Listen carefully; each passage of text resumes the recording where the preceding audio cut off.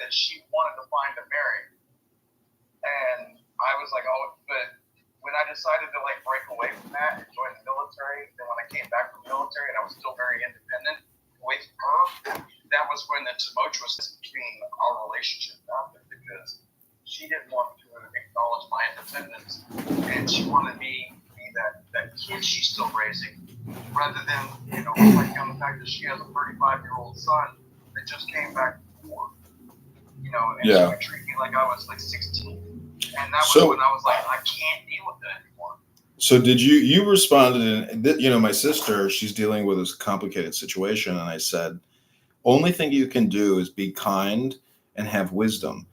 And it's like, that's like the best advice you can give, because if you are kind to someone that you really hate and is horribly annoying to you, if you're kind to that person, you're being kind to yourself. Because if you clash and create friction with that person, now you're no longer even being kind to yourself. You're causing even more problems for yourself. And so you have to like get around and do a pincer movement. When you're in the infantry, do you know how many times you do that pincer, like the right column 90-degree angle attack, where I know what a pincer tech maneuver is here. Not pincer, but anyways, you get my point. Meaning that to win in the conflict, you have to essentially circumnavigate, and that means you got to outflank. Yeah, you got to flank them. And so psychological flanking is what is required in these relationships. And I think the only way to psychologically flank is to let it go, and let it go quickly, and find a way to get it out of your brain, because it is the sticky hair baby problem, where whatever they throw at you sticks to you and you can't get rid of it. So you have to figure out these methods to psychologically cleanse and take a shower and then come back out fully baptized. And every time I take a hot bath or take a shower, I'm like, okay, this is my baptism. I'm a new man. I'm not thinking about anything from the past. I have no new thoughts. I'm a fully new self. Like this is my newest updated model, and everything in the past. I mean, that's a bad way to say it, but you see what I'm saying? Where that baptism. Well, at some point you figure out like certain parts of your life are moot points, and it's not worth like pondering upon. Right, but the problem is the brain is constantly auto-generating thoughts, and so you have to be very aware of that, and then you're back in the now, and you're no longer living in this thought projection. Well, I mean, I don't bring, like, when somebody jades me, I don't bring up their name anymore. That's the number one first rule I have. Because if I'm bringing up their name or talking about them, I'm giving them power when they're not even there. Like, that means they're renting space in my head. And I don't want to invoke that. Like, I don't talk about the devil. I don't talk about, like, people that have done me wrong. Unless we're on a specific topic about, some one specific kind of thing that, whatever reminds me, I got done kind of the same way. But that's the only way I'll tell you, like, how I dealt with it. But other than that, I just let it be. But other than that, Creekside, what do you got going on, man? How are you doing this morning?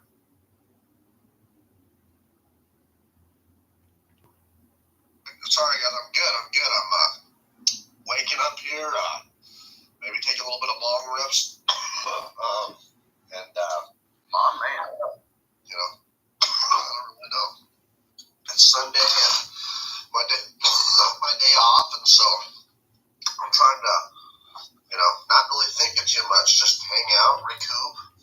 I do landscaping, I do lots of physical labor, so let the body rest. I've done that my whole life, man. Unfortunately, I'm intelligent in certain ways, but like my math skills suck. I would be an engineer if I was better at math, but I'm pretty much destined to be working stiff for the rest of my life. How are you bad at math when you have Google? Yeah, I know. Just once I get past algebra, I struggle, and how often do you use algebra? Like, unless you're doing like building a deck and like using Pythagorean theorem to figure out like the square of a quarter or something. I went to the University of Montana about 8 years ago thinking I could, actually do something and shit. And that was the one class that fucked me. And in college, they don't have any sympathy for you, dude. You're fucked. And so I just dropped out and I don't know, pursued a different hobby. I not hobby like a profession. Like I just used my strengths, you know. So like I like boating and shit. I like shallow water boating on the rivers in Montana. So I worked for the county for 5 years and fucking left. Bought a fucking extrusion welder for $5,000. Went off to training class in Itasca, Illinois, and that's why I'm over in Northwest Montana so I could build boats. Got my business registered with the state. It's Mountain Polytech, and yeah, that's the plan, man. So, Real touch. You need to write that one down. I'll look up your stuff. I love extrusion welding. Do you? I grew up in a business building boats. Well, Yeah. Not me, but my family, and I'd spend time with them during the summers. Yeah. But Affordable, high-density polyethylene boats. They're affordable. They're tough as shit, and they're polyethylene. Well, poly means many, but what's ethylene? I don't know. I mean, I know how to do like carbon fiber in a vacuum bag, or in molds and stuff like that, or resin and yeah, that's all composite stuff. Yeah, that's like that was our family visit was Adam's composite. Nice, yeah. Composite materials are cool. For me, I wanted to do things like that, man. I was searching. I don't know. My best friend passed away in 2018, and fucking we'd always smoked pot and shit like that. We'd always done shit like that. But he got into meth. He kind of didn't stop at weed. Got into meth and already struggling with mental health. He took his own life, and so I fucking was like, wow. I hate that for you, man. Dude, I've lost a lot of friends to a very similar story. Yeah, and I feel like I'm a little bit responsible for that because as a group, dude, when we were kids, we fucking were awesome. We would go do fun stuff, but when we got to be teenagers, we kind of got into drugs and partying, and I think maybe we put too much effort into that shit, and as a result, dude, fucking, I've lost, Leon and a couple of other friends. They're not doing so well mentally either. They have their own struggles, and I realized that maybe I should fucking start putting my things I'm interested in, I should start focusing on healthy hobbies. So I got into boating on shallow water rivers in eastern Montana. I tried taking this aluminum boat down the river, and I fucking hit a rock shelf and popped a hole in it. So I realized I couldn't do aluminum. So I tried to find the right material, getting back to composites. And I realized composites are so expensive, and they're almost impossible to repair correctly. I wanted a boat that could mass produce. Well, okay, but like I'll tell you right now, the reason I say no is because if you had like a 36-foot contender with 3 250 horse Yamahas on the back of it, you were coming back at night for fishing, you were coming through the channel, and there was like a channel marker, and you hit it with your boat going like 40 miles an hour, it's wrecking your boat. Yeah. But but our company, or my uncle, well, he's actually my cousin, but I call him uncle, because he's so older than me. But he would take that 30, and they would bring it back to brand fucking new. That's awesome. For me, it wasn't just about that. Composites are quite expensive, as you know, and pretty complex. High-density polyethylene is just, it's like what milk jugs are made out of. It's just, it's a certain type of plastic that is just really tough. Oh, okay. Yeah. It has a certain recycle symbol. Yes, it does. I believe it's number, I have a milk jug. 3 or 5 or something like that. Yeah, and so, and it's basically what the cheap kayaks are made out of. It's number 2, HDPE. And by the way, if you're trying to not get poisoned by plastic, that's what you should be drinking your water out of if you're choosing, that's the same. I'm not lying, man. I'm not lying. It's non-toxic. It's the PET, the really, really clear, water bottle plastic and Gatorade bottle plastic. That's the toxic shit. But I was just going to get back to, I wanted to build boats that were affordable and tough and repairable. And so, what's your average cost of boat that you can do today? So that's the thing, man. That's been kind of. I started this journey right before COVID, and so originally the boats were going to be. So you have to have a certain weight, a certain width, and a certain length for it to be legal, and so they're going to be 10, 12, and 14 foot John boat type boats, but made out of high density polyethylene with different framing. It'll be longitudinal framing. And I wanted to make them around $1,000. Now, since COVID's hit, I got to go a little bit up, but I'm trying to do what the kayaks and canoes do, and try to be so affordable that it has wide adoption. You know what I mean? And so that's the point, is to have them American made and have as affordable as possible. I would start with one model. Model 1 would be the 12. I'm not sure about the 10, maybe the 14, but if you can make the 12 work, then you can make the 14 work. And then if you ever want to go back and make a 10, you would. But I would start with the 12 because that's like where I live in Georgia, the most average size John boat you can find. I agree with that, man. I came up with that. Not only that, the Coast Guard has a bunch of restrictions. Like, as your boat gets shorter, you have to make it wider now, because like these boats will have no engine on them as they're sold, but they'll be made to put an outboard on them or a long tail hood motor.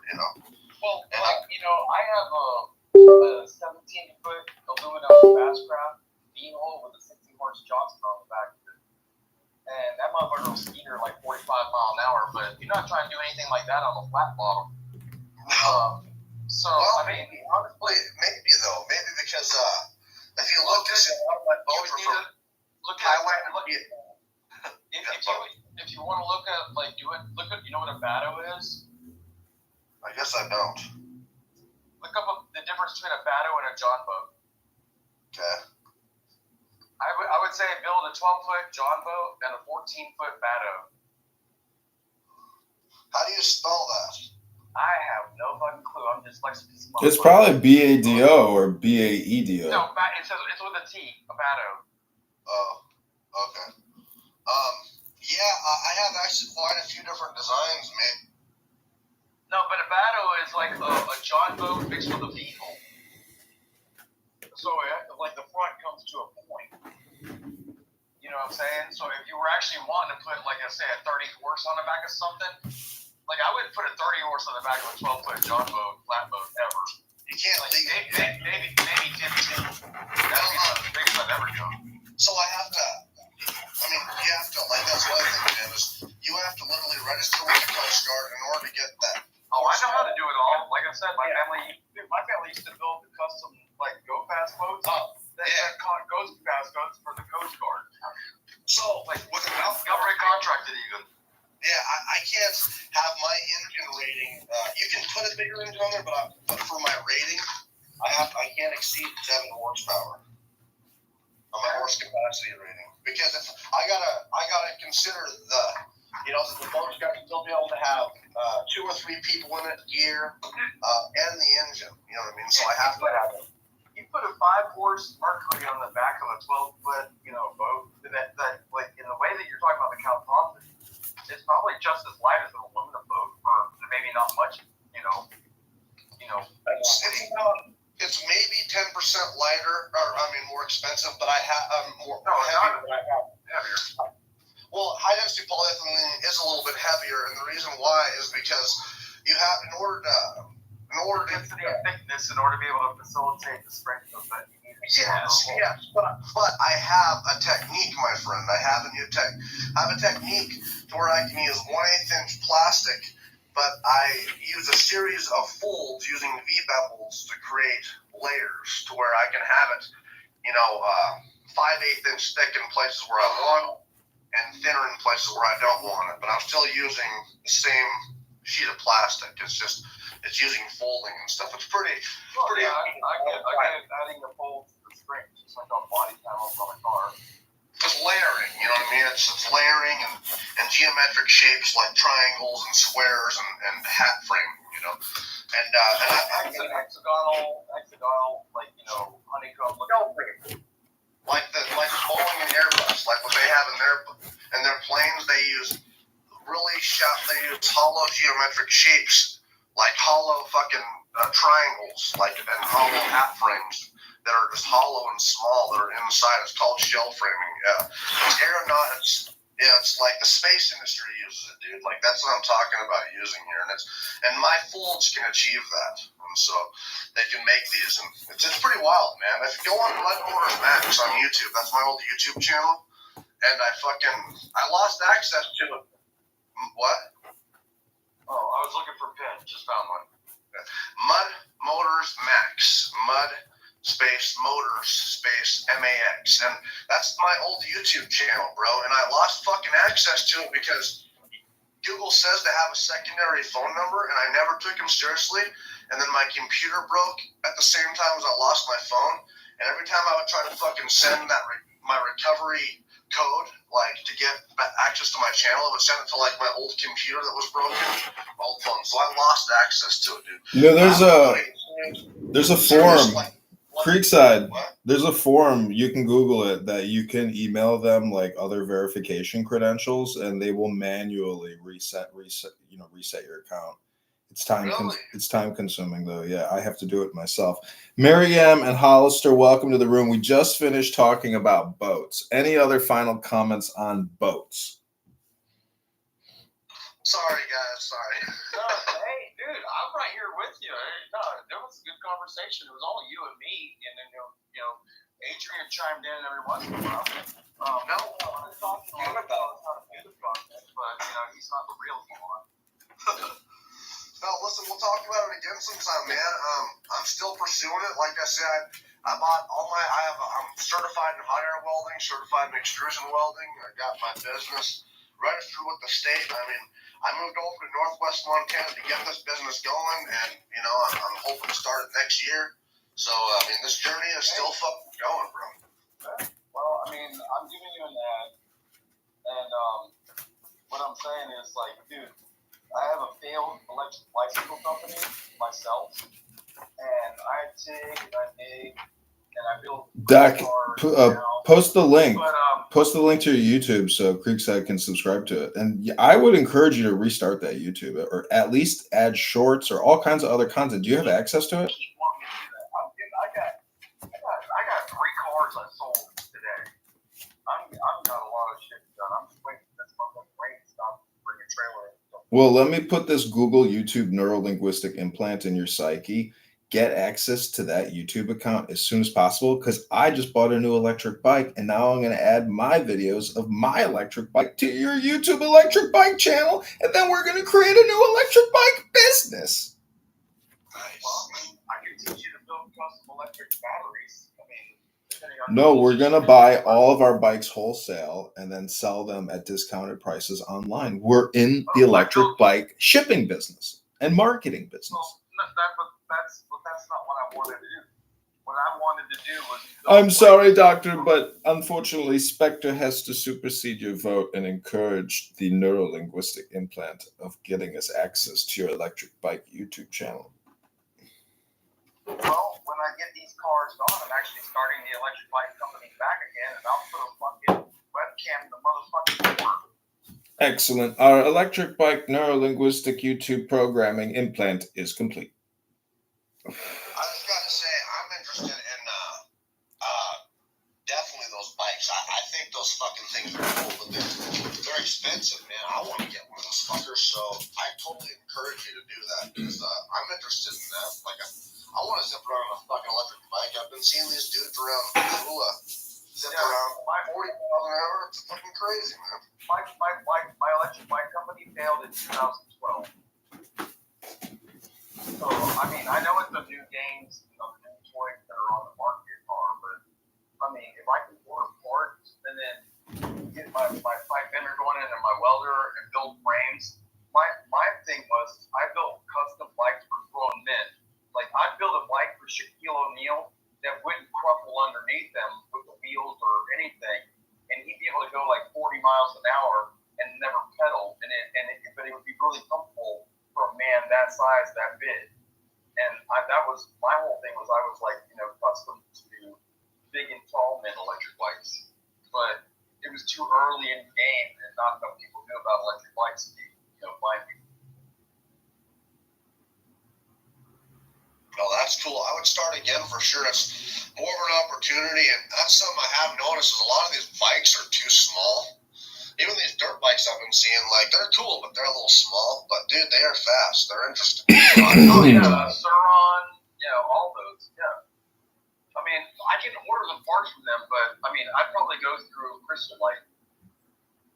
And they're a U.S. company that builds electric motors and controllers, and, it'd be all electric, but it'd be like the B2. You know what the B2 Stealth Bomber electric bike is? It's like a dirt bike electric style. I think I've been. Let me look here. Called the B2 Stealth Bomber electric bike. But they run Crystal Light is the motors and controllers they run. That's just dope. But yeah, I want to get back into it. Hollister, I'm sorry, you came up on stage. I don't want to keep talking. How are you?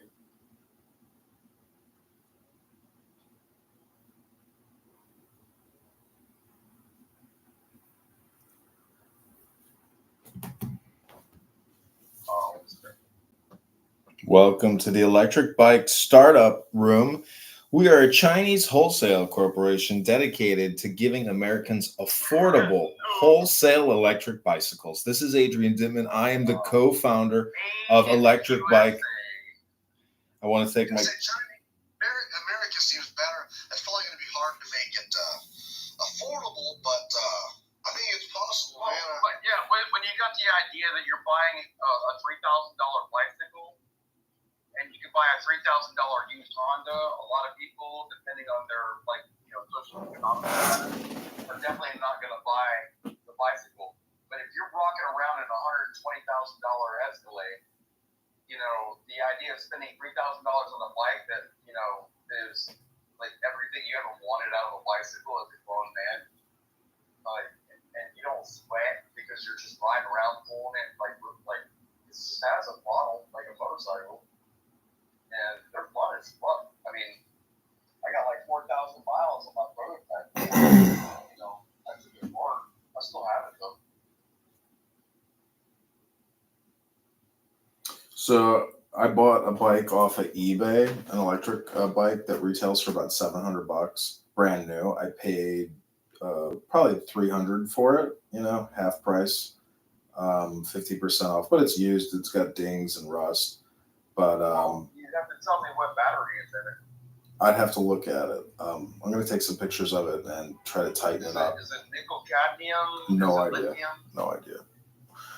No idea. But yeah. Metal hydrate. It's like the battery chemistry is where you get stuck at.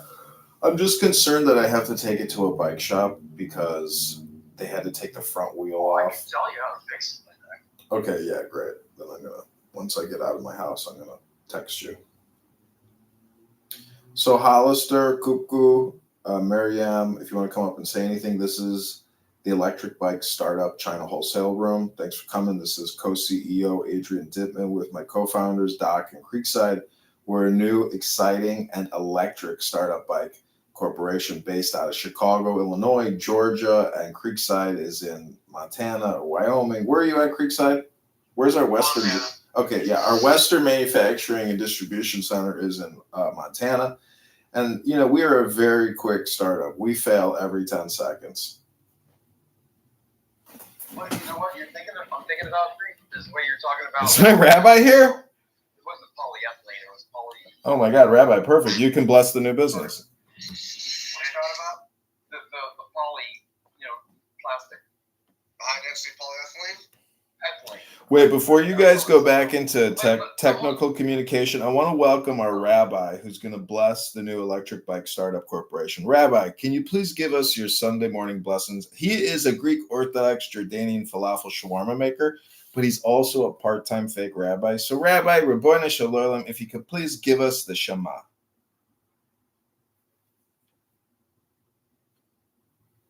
Hello? Rabbi, Earth to Rabbi. Are you there, Rabbi? So, before I was so rudely interrupted. Sorry, Doctor. What I was saying is, the plastic that you're talking about using in the media. What if we designed a BMX bike frame that was made out of it, that was super kids could build their own bikes from like other parts they could get like, you know, a really cheap bike. It'd be strong enough to be a little BMX bike or something like that. Like a kid's intro level stuff. High density polyethylene wouldn't be the right material for that because high density polyethylene is flexible. It's pretty flexible. If you went really thick, you could, but then it would be really heavy. Composite would be best for that. Honestly, like high density polyethylene has its limitations as far as that. Like that's why I had to use different type of framing to use and still be able to use this material. I just like high density polyethylene because it's positively buoyant, it's affordable, it's tough. It is pretty rigid, but it probably wouldn't be great bike material. Certain plastics maybe, but I'll think about it. I like to throw new things into my thought process. Like, what would I do with this to be able to add it to that thought process? Yeah, totally.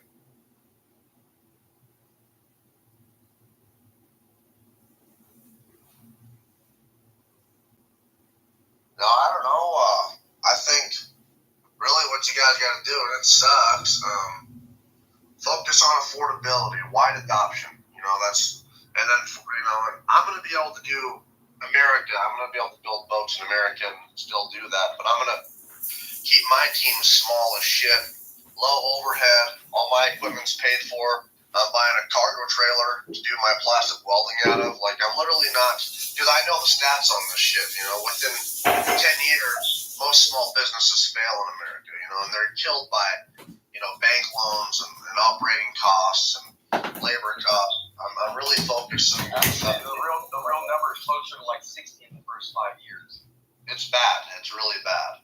And so, you guys really got to focus. First of all, your demographics. I've done a lot of studying on, boat ownership and boat owners like me. I'm trying to target the first-time boat owners that are alienated by the expensive prices of boats. And you have the same scenario with electric bicycles. I want an electric bike, but the motherfuckers are so expensive that I can't afford one.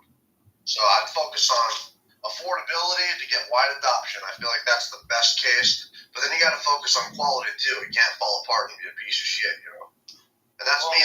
Like I said, I built my original prototype in 2011 before I started my company at 12. And my prototype, there was a beach cruiser and a beach cruiser that was like cut in half and like stretched out really long. And then so it's a really long, I'm 5'10", and I'm a big guy. So it had to be comfortable for me. But no, I'm 165, but I'm 160 now. But back then I was probably like 185 pounds ish, maybe a little bit more. But the point is that the bike would do 48 miles an hour on cruise control for 20 miles on one charge, and it only took 2 hours to recharge to get another 20 miles. And it was only 12 cents in wall power.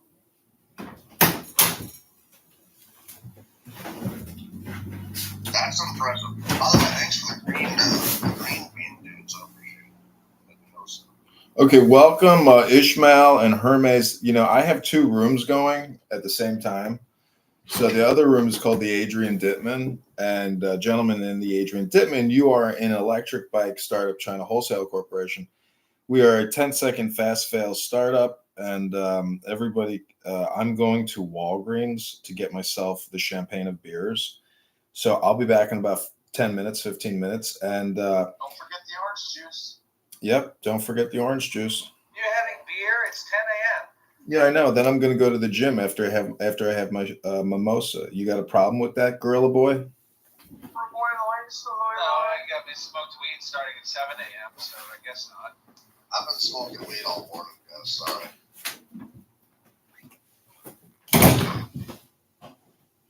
And I've been smoking cocks. Well, sounds like a personal preference.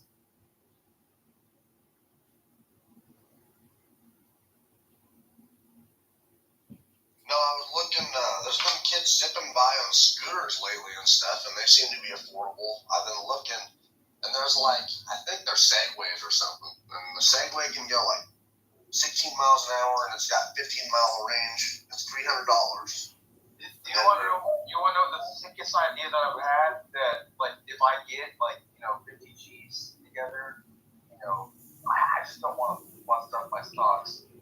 But if I put 50 G's together, I know that in China right now they have scooters, but it's like a junkyard with like a million fucking scooters because they'd rather build one and replace it with a new battery than fix the battery that's gone wrong in or the controller that's in it. So I was gonna you can get a shipping container of that for like $5,000 and they'll slap daddy full of like these old scooters. So at the end of the day, you order two of those fucking containers and you pull them all apart. Half of them you can use the parts to fix the other parts, and then you're into it for $10,000 and you have a couple thousand fucking scooters. You know what I'm saying? So there's a profit margin to be made from China and that wholesale electric /scooter market. If those dickheads didn't put so much money, I guess the shipping containers, I was going to do the same thing with boats. I was going to buy a bunch of these cheap-ass high-density, they were actually, medium-density polyethylene boats that were plastic, and I was going to buy a whole shipping containers of these fuckers. And then I found out that, I guess shipping containers full of stuff has doubled in price since COVID. It's so expensive now. It's... Oh, yeah. The cost of fuel. Yeah. The cost of fuel, and they were like, you can meet us, you can drive to Seattle and meet us at the harbor, or, you're likely going to have to buy a truck to do that, or hire. You just hire a transport company for like $150 and they'll bring each one for $150, so for $300 to get your container dropped off. I had 20 of these boats I was going to buy. See, my mom. Wait, from Seattle to Montana, it might be a little bit more. It might be close to $300 per container. Yeah, and it was supposed to just be loaded full of these boats because my mom had a place next to the river, close to the river. We were going to do a boat rental business, but I don't know. She didn't like it over there, so she moved to Washington. So we didn't even do that shit. But it was really the shipping container thing, man. That's what it was. They just charge so much on shipping containers now, coming from China. I think the government wants that too because China's raping us, just sending us cheap ass shit and making all this money. So I don't know.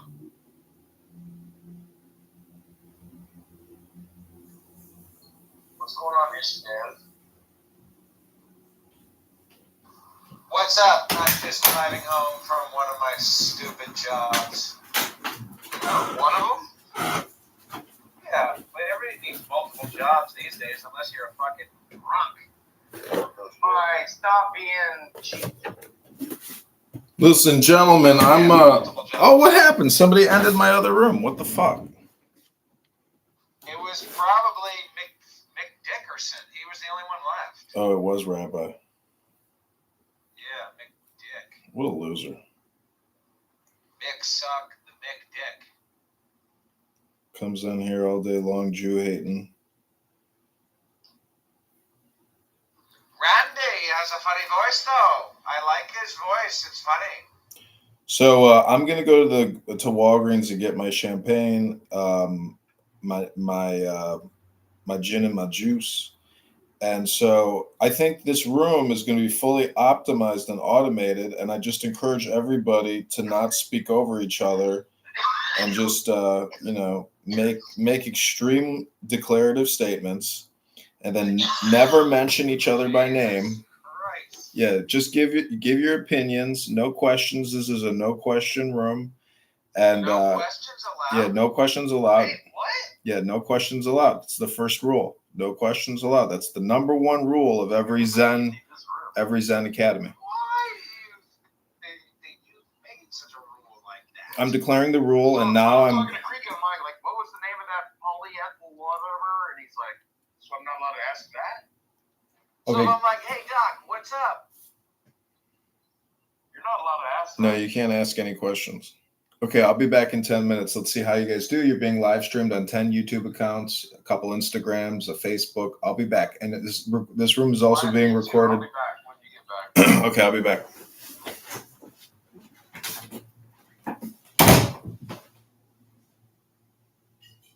right, welcome to the Adrian Dittmann Show. This is Electric Bike Startup China Wholesale. Your host, Ishmael the Gorilla. I am driving home from one of my shitty jobs. And back to you, Creekside. Smoke a bowl. Yeah, I'm trying to figure out what I'm going to do here. I should cook breakfast, but I'm really thinking about just going out and eating some breakfast at Ruby's Cafe because it's so good. Yeah, I'm gonna go out for breakfast too. Guess what I just did? I just served breakfast to you motherfuckers. That's what I did all morning. And yeah, I grew up around grocery stores. My grandparents owned a couple of grocery stores, and I love people, but man, I realize it's just I want to work outside. And then, like, in the wintertime, we get laid off, and I literally get to sit on my ass and not do anything. And that's, like, if you're going to live in Montana, man, work out. I just fucking do something where you get laid off in the wintertime, you know? That's You got laid off? Do something where you get laid off. Well, you just go to Facebook dating for that.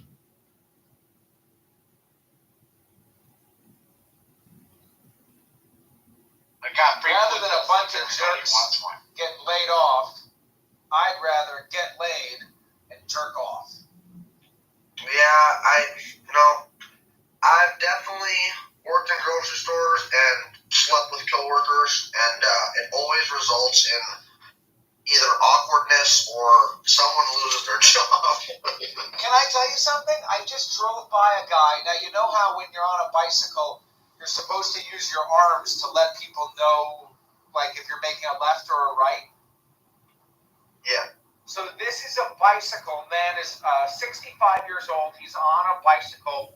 He's at a traffic light behind 4 other cars. So it's not his turn yet. The light is red. He's waiting to make a left. And he's on his bike with his left arm fully extended, locked out, pointing to the left. And he's staying that way. He's choosing to stay that way until the light turns green. Do you think that is that necessary? I don't know, man. Bikers, I guess, they have a right to be there, but dude, they drive me fucking nuts. They're crazy because they don't they don't get out of the way. They're kind of arrogant. I think there should probably be like a dedicated bike lane for all bikers, but I can't fucking stand bikers around where I'm at, man. They're so ballsy and so stupid. They'll put in their headphones and they won't get the fuck out of the way. They don't care. Well, that's me. That's what I do. When I'm on my bike, I make sure to stay out of the way of cars. But I think it's funny when some bikers really behave like a car, and then it's very annoying because they're in the way. Some of them get killed around here, honestly, straight up killed accidentally because they play a little bit too dangerously with traffic and stuff, and there's a lot of dipshits around They here. play too much, as it is said. They be playing too much. And there's too many people on cell phones around here not paying attention, so it's kind of a bad combination. You can't find my fucking keys. They be playing too much. We got Cuckoo here. Yeah, cuckoo's cuckoo for Cocoa Puffs. Cuckoo situation. Who's Hollister? It's some burner account. Oh, is that you?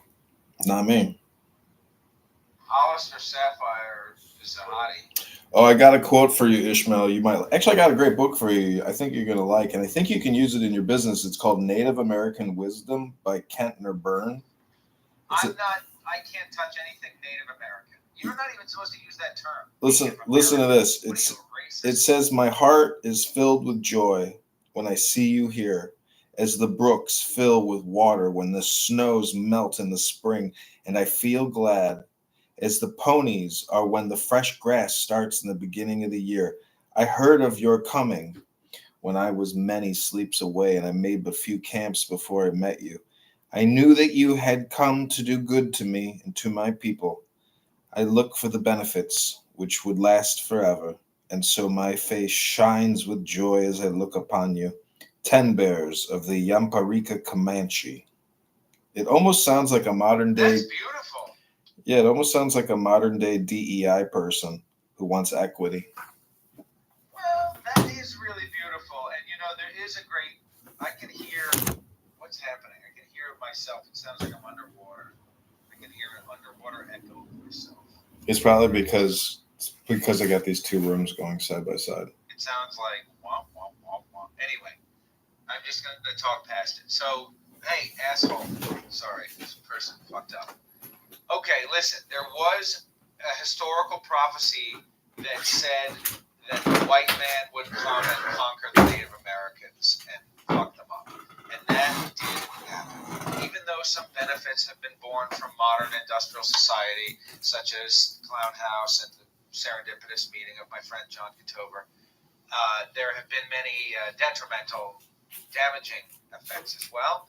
But there was another prophecy that said after the European colonization of Native Americans, white people would come and reconnect Native Americans, white people, and the earth, all three, and bring healing to all the nations of the world. And that is the prophecy that I am trying to live up to.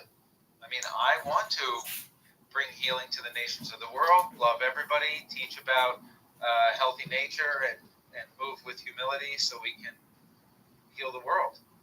And I think personally, I have had some negative interactions with some radical members of Native American communities.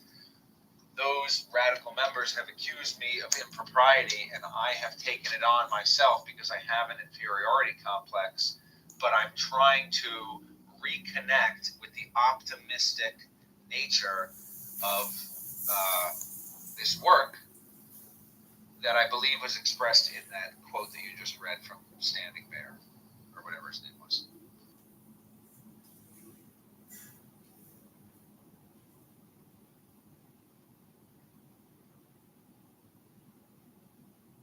Anyway, this is Electric Bike Startup China Wholesale, the Adrian Dittmann Show. This is your host, Ishmael the Gorilla. Let me know I'm coming through underwater, listening to an underwater echo of myself. We'd like to bring Cuckoo to the stage. Next to the stage is going to be Cuckoo the Destroyer, as soon as he will accept my invitation.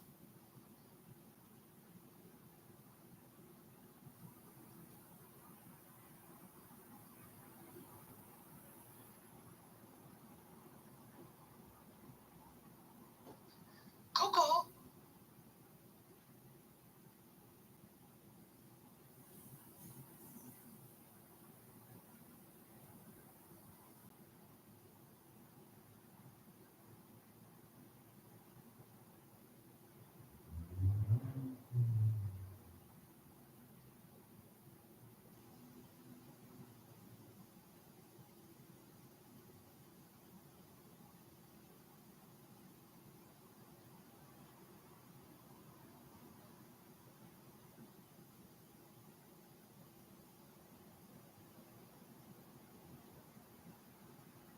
I just saw a man with some sweet boobs. You ever see a dude with hot boobs? No. The other day, actually, I was walking and I saw a pair of hot boobs. I might have told John this story. Did I tell you this story already, John? I never heard this story. Well, I was walking along, and sometimes you see the boobs before you see the face. You know when that happens? You're walking. Are you gay? No. Okay. I mean, no offense. I'm just making sure. But so, when you're walking along, well, because if you see the boobs before you see the face, and I was walking along, and I saw some sweet boobs, and there was a white T-shirt, and you could see the nips. You could see the nips of the boobs. And I was thinking to myself, those are some fucking hot boobs. And I was walking along, but I almost became a little aroused. But then after I scoped out the boobs and their nips, I looked up at the face, and it was a dude. It was clearly a man. and he was very manly in the face, and he had a long blonde ponytail, and he was wearing a short little mini skirt, and it was like the manliest man face you could imagine, like a scary man's face. Yeah. Very hot boobs. And he was not smiling. He was looking me right in the eye, and he was not smiling. He was angry that I was looking at his boobs. And I wanted to say, my tits, man. Yeah, I might have made them, but that's the point why I have them. But don't you fucking look at them. Yeah, no. and I wanted to say to him, It's like chicks who walk around. I'm sorry, like sir. That, they can be looking. I'm sorry, sir, but you have a fantastic rack. I have a lovely day. I'm sorry. Now around here, man. See, I'm a conservative, and I'm from all these small towns. So I finally moved to a big city. Not a big city, but considered it's the second biggest city in Montana, Missouri. So there's lots of that shit around here, man. You know, like I guess whatever. You know, I don't care. You know, if you're gay, fine. Just don't be all fucking. You know, don't push you on me. Fine. I've been flattered by people hitting on me, but but don't fucking, don't try anything. But like I did see the other day, I was up at the river with my dog, and I brought a bowl of weed, and I forgot my lighter. And there was a couple there that I went up and asked if they had a lighter. They didn't. Well, there was another dude up the river about 50 feet. I could see sitting long, tattooed, sunglasses, shirt off. And I went up to him and I'm like, "Hey man, you got a lighter?" "Yeah, sure, man." He jumps up and it's a chick with tits, but hairy tits, topless tits, and a big, deep fucking voice, tattoos everywhere. Super nice person. Let me borrow their lighter and stuff like that. Well, I got back into town and I had to look that shit up. What the fuck was that? What Chick was with it? tits. Chick with tits. Who was it? Yeah, chicks with tits that are kind of shriveled up, but deep voice. It was hormone, like testosterone therapy that they take. Like eventually, they'll take medication Were get the rid of tits- their were they lower growing? estrogen. Were they growing or shrinking? No, they were still pretty much intact. They were tits, man, but they were hairy. But they were full tits. They didn't shrink. Like, and I looked that up, and like they don't typically shrink. Their voice will get louder. They'll get hairy facial hair, and hairy tits, I guess. But it was weird, man. Like, good for the person, whatever, if they're happy. But I couldn't do that, man. I just don't see that shit. Why would you do that to yourself? I don't know. But I mostly feel bad for the person. The person was sitting up there by themselves. Maybe they are social and stuff, but I just feel like a lot of those people are kind of struggling mentally, and I can almost sense it. But it was weird. I can feel this person's testosterone, and I can literally feel the testosterone. I was going to say you can feel their tits. No, I can feel their testosterone, like they're taking so much of it that they're pumping their body full of it. Have you ever felt that sensation, like where you feel testosterone or like? Okay, so I what just get that around. was, I think that was a woman becoming a man. No. What? Because the tits don't shrink. You can't take pills to shrink your tits. You got to just cut them off. No, she would have to cut them off. It must have And been. I don't know why. If they weren't hairy, they weren't bad tits, dude. If they weren't all hairy like a monkey, they weren't. I mean, why would you do that to yourself? I think it was a woman becoming a man who hadn't cut her tits off yet. And she was thinking, I'm so manly, I'm on testosterone, my tits are hairy, and I'm going to take out my tits. I don't have to cover my tits anyway. And so I think that dude was a woman with hairy tits. And eventually, You ever heard of the movie cut off River Runs Through It? Never Yeah, heard of or it? classic. Brad Pitt. Yeah. Yeah. So that's where I was. I was just up the Blackfoot River, So she wasn't in town. She was. You were in that literal place? Yeah, dude. Oh yeah, that's where I live, man. Can we get Adrian to mute? Oh, I can mute him. Yeah, he's got to get muted. It's horrible. Oh, I muted him. I'm a moderator. I have the power. Awesome.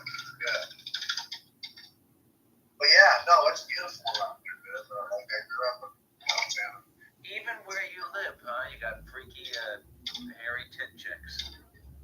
Oh, dude, I'm in the most liberal city in Montana. Yeah, I'm from like a really like eastern Montana is rough, tough, fucking. That's where I'm from, eastern Montana. I mean, I grew up halfway in northwest Montana, but as soon as my parents divorced, man, I went with my dad in eastern Montana. I grew up there. It's a completely different place. It's oil fields. Jewish people? Dude, I literally have not ever met a Jewish person until I got on the internet. Nope, never met a Jewish person. I've met black people, but I've never met a real Jewish person, like face to face. I've always wanted. What about a Chinese? Yeah, oh yeah. Asians. You got the Chinese? We got Asians, yeah. They got Chinese food. Yeah, we got Asians. So if you want to see Chinese, you just go to the Chinese food. Yes, but there is actually a Jewish church here. Sorry, my won't pick that spot, but there is a Jewish church here. There is Jewish. I like Jewish. I have an old Ford F-150 with a Dittmann 6300, and I have a Chevy Impala car. You're an American boy.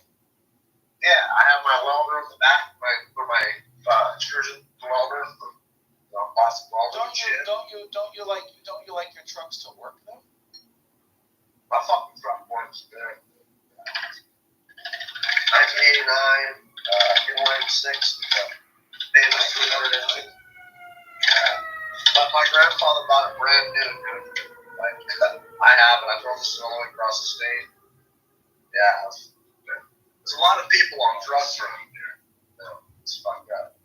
In the city. It's awesome.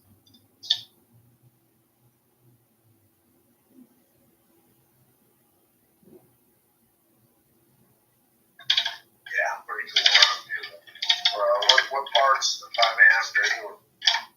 What state? I live in Maine. Oh, Maine. Yeah. Portland, Maine. I live in the most liberal part of Maine. That's cool. I've always thought the whole state of Maine is pretty liberal. It's not, actually. And Maine has an interesting thing. Maine is the only state in the United States of America that can split its electoral votes. Did you know that? I did not.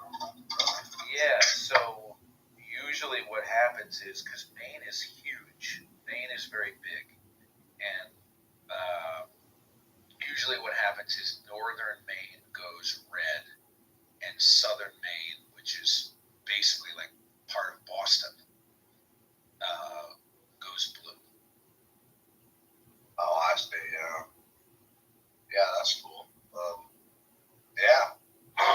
It's interesting. It's not, I mean, it's liberal because the most populated areas in Maine are liberal, but northern Maine is like the Wyoming of New England, Yeah, Montana's that way. I was going to say, like, all the rural places are all, red, right-wing, conservative, Republican, and all the cities are liberal. Right, I went to Bozeman. Yeah, and actually, Bozeman is kind of red, though, but there's lots of, it's not really, I can't, it's pretty much. I was surprised when I went to Bozeman that there was no recycling service. Yeah. And they said that it's like, what, you do have recycling? Yo, dude, yeah, we got recycling. We have 2 homeless shelters, so we have the largest homeless population in the state. That's crazy. Broadus, Libby, those red little towns, not one homeless person. They wouldn't survive. And Missoula, because we got 2 homeless shelters that offer them beds, showers, three meals a day, internet, and charging ports. They fucking are here in droves. All right, I got to make a phone call. I added you back. I will talk to you guys later. Yeah, bro, for sure.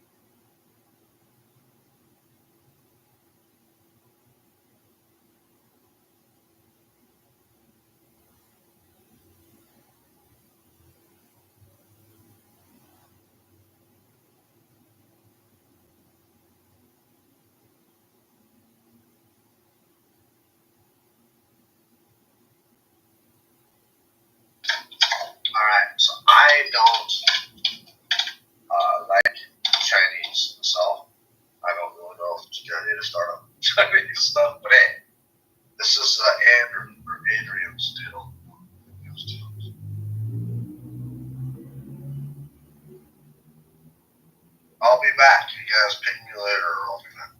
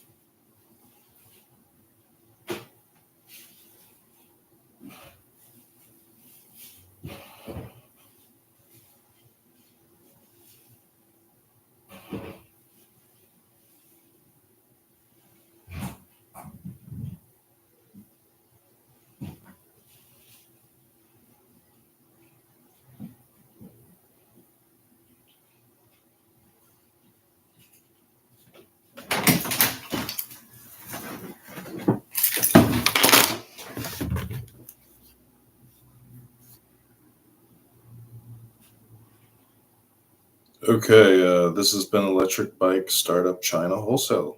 Thanks for joining us, Cuckoo.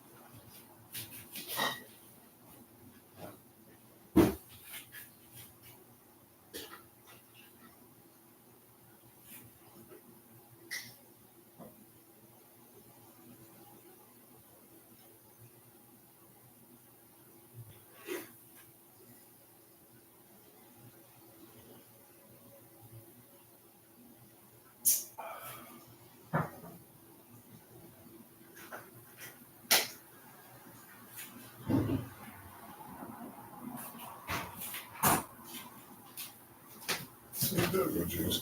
A typical go-go juice.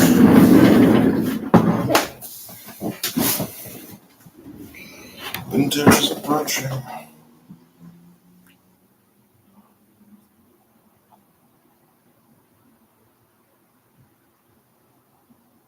Oh yeah.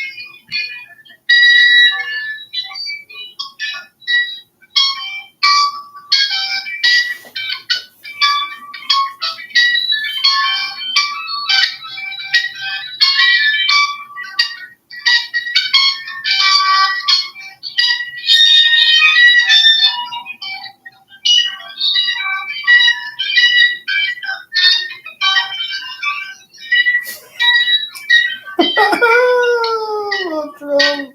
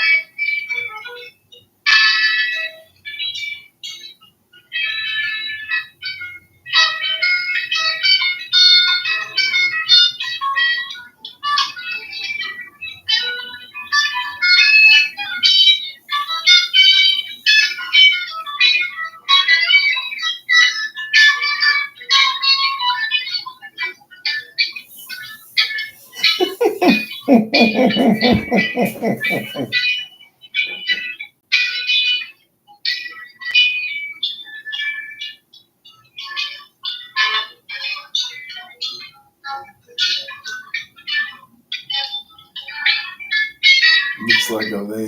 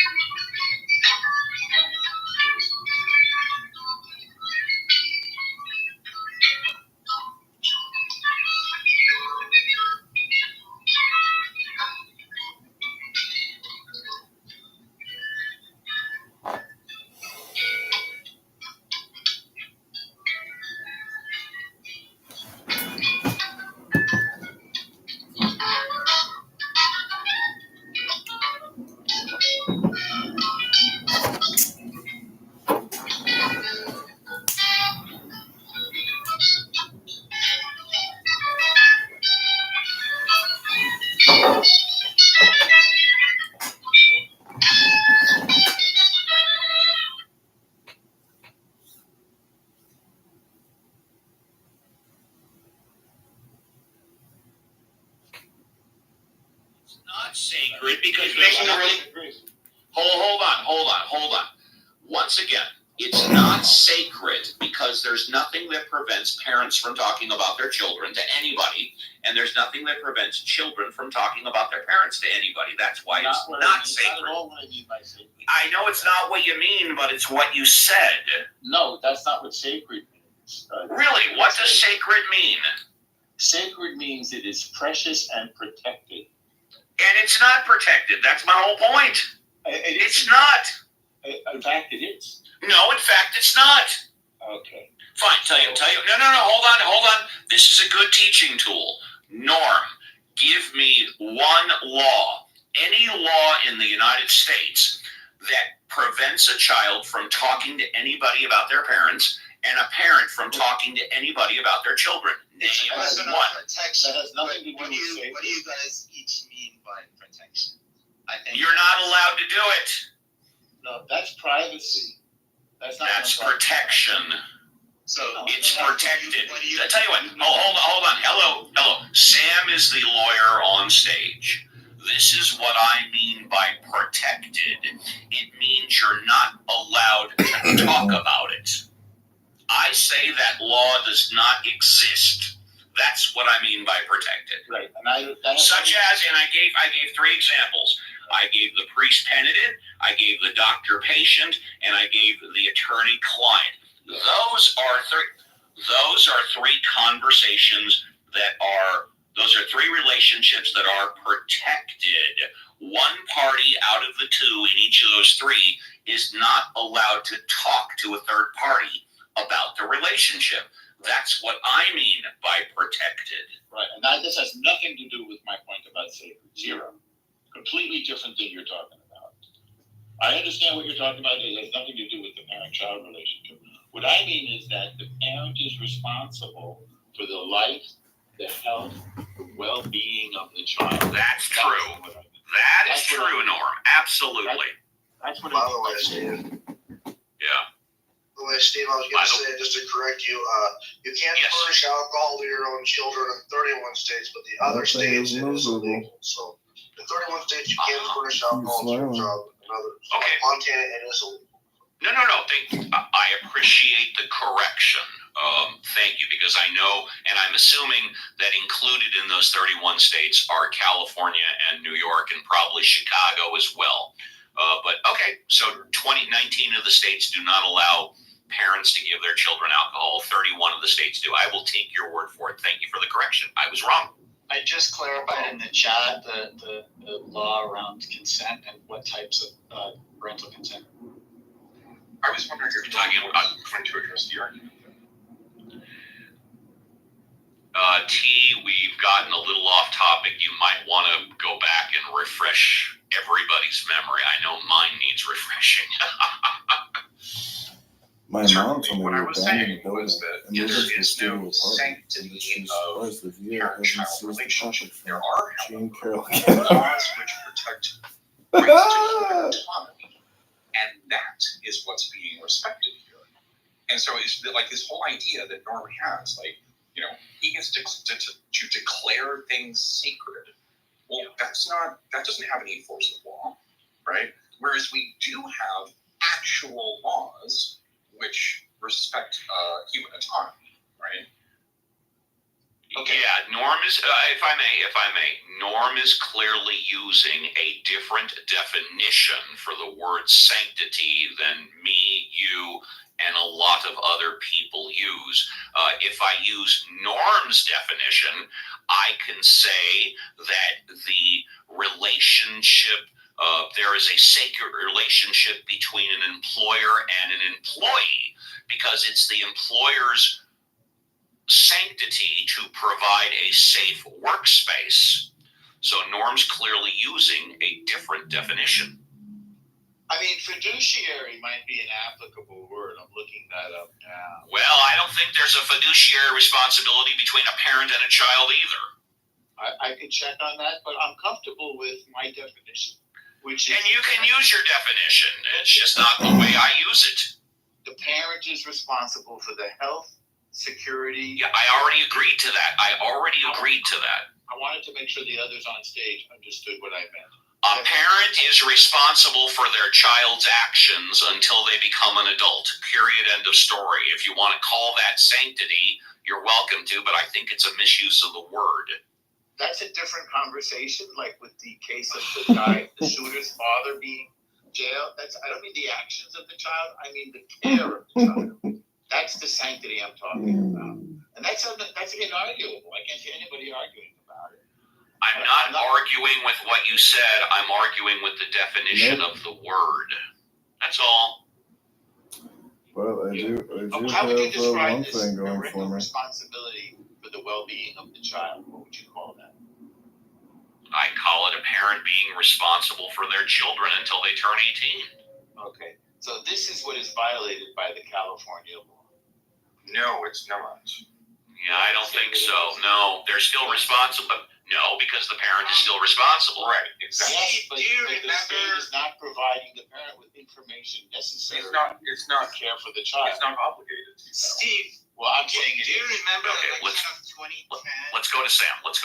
Go ahead, Sam. We had a proposition on the ballot in 2010 or thereabouts that abortion clinics were not required to notify parents if a teenager. I remember it loosely, and by the way, housekeeping issue, Dr. James, if you didn't know, I modded you up about 15, 20 minutes ago. You don't need to raise your hand now. You just chime in when it's appropriate. Sam, I loosely remember it, but not enough to comment. Yeah, so that proposition passed, but there was extreme Republican opposition to it, based along the lines that Norm is talking about, that you're basically destroying the relationship between children and their parents. But the counter argument to that was the majority of teens who are seeking an abortion were impregnated by somebody in their family. And so what you're doing is that you're now, by notifying the parent, you're doubly traumatizing the teen. And so I think the rationale for this, that the person wants to be identified as a different gender, not do anything physiological, surgical, treatment-wise, anything to change their gender. They just want to be identified as a person of another gender, would lead to the same abuse in the house, and it's not going to change anything. It's not going to be productive for anything. I mean, I look at it, there's no upside, and all I see is a downside if the parent is notified. I see what you're saying. Before we go to Dr. James, clearly incest is child abuse. I don't think anybody's going to question that. Whether or not a parent should be notified because their child wants to be referred to as the opposite gender, and whether or not that's going to cause problems in the house, I don't know. Dr. James, you're a mod. Like I said before, you don't have to raise your hand. Okay. But Yeah, just respond. Okay, let's go T after Dr. James. Absolutely. So just a couple points of clarification. The reason why I think that the religious argument, so invoking sanctity and all these words that Norm is using, or sorry, didn't mean to say your name. Those arguments I think are quite incoherent when coming from a religious position, because if you look at the way that argument is leveraged over the lifespan of a human, you'll see that it kind of flip-flops depending on the hot button issue. So if you look at, for example, the issue of abortion, well, in that sense, they're not really concerned about the autonomy or the sanctity of, they are. They would argument for the autonomy and sanctity of the unborn life, okay, right? But then in this case, you talk about a household where largely it's not the household that is not caring for their child. It's the household where there's a child that is abused, neglected, or is not being given proper care for their mental health, or really dangerous abuse, right? And so this law is meant to protect those kids, ages 12 and up. And so if you're concerned about the sanctity of a household, you're not concerned about the sanctity of a household where there is abuse, right? Or where there's neglect. You're concerned about the sanctity of a household where the reasonable parent would be taking their kid to get the care they need. And so that's why I think the argument is really incoherent. And I'm actually trying to be helpful to the person who I'm talking to right now, because I think there could be a better argument made. Not that I agree with you, but I think this argument falls flat really quick. So T, you're up. Speak. If that's Norm, you can speak after T. T is next. Right. I was in the middle of a discussion with Norm there. I was pointing out to him. You know what? Do you guys want the Mike Moon rule? You two can have 5 minutes if you want it. I don't think so. Okay, no problem. Like in mid sentence there, right? We were going back and forth, and we just got cut off. What I was saying was that the state isn't obligated, and Norm's reply to that was they are, which is evidently incorrect. It's quite the opposite. They are obligated by law not to. And so Norm's arguing is just like, he's just arguing facts that aren't true, right? It's weird. So thank you. So let's just build on our understanding and definitions. I never made a religious argument. I think it's beyond the purview of this room. This is the atheist room. I am arguing the definition of sacred that is one of the preferred definitions in the dictionary, inviolable. Now, in the case of abuse or neglect, that relationship has been violated by the parent. So I put them aside. And a law that provides for the protection of children in the case of child abuse by the parent is, to me, inarguable and fine. So now we lay that aside because the law does not specify in the case of parental abuse or neglect. Rather, the law violates the sanctity, the inviolable relationship of the parent with the child regarding the parent's responsibility to provide a safe, nurturing, healthy environment/home for the child. This includes every bit of information that the parent can possibly obtain, whether from a teacher or a doctor or an administrator or anybody, regarding the needs of the child. If the child has suddenly decided that they would like to identify with a different gender, the parent must be informed in order to be able to provide the best possible care for the child, to provide for the kid's health, well-being, nurturing, and safety. And I don't see any argument that would challenge that. But that wasn't the argument, Norm. What the argument was. It is exactly the argument. No, hold on. Exactly my argument. Hold on. The argument was that the state isn't obligated, right? And what you're saying is that by not doing that, they are somehow her own violating, sisters and their relationships. They are somehow to support my diagnosis. But that's not true. She had critical education and Child nurturing. still inform the parent. So there's no violation occurring. So you've missed the whole point of what I said. And it's okay, I don't need to persuade you. I just want to make Please, the if I miss the point, then please help me out. Right? Yeah. If I miss the point, I'll state it please again. elaborate. Well, you don't say I that again. stated it clearly. You want me to say it again? No, I said please don't, because you're not representing the law. Yes, right? I'm trying to represent the law. I'm trying to represent the sanctity of the parent-child relationship and the fact that this law violates that sanctity. It doesn't, because the child can still tell I the regularly hear There's people no say how violation. upset they were when they went to pirates and they got fishing. You are a mod. You can chime in. Mods can chime in anytime they want. You don't need my permission. Thank you. So this Her law own would sisters not and their be relationships. There's enough evidence to not support my necessary. diagnosis. The child She is had in a critical safe, education and nurturing. loving, nurturing home. This law will only be invoked when the child is not in that kind of home. Why? Because when a child is in that kind of home, the child has already spoken. And to the child's parents about this, they have already done all the work. They know everything. They've talked about it, and they're working on it.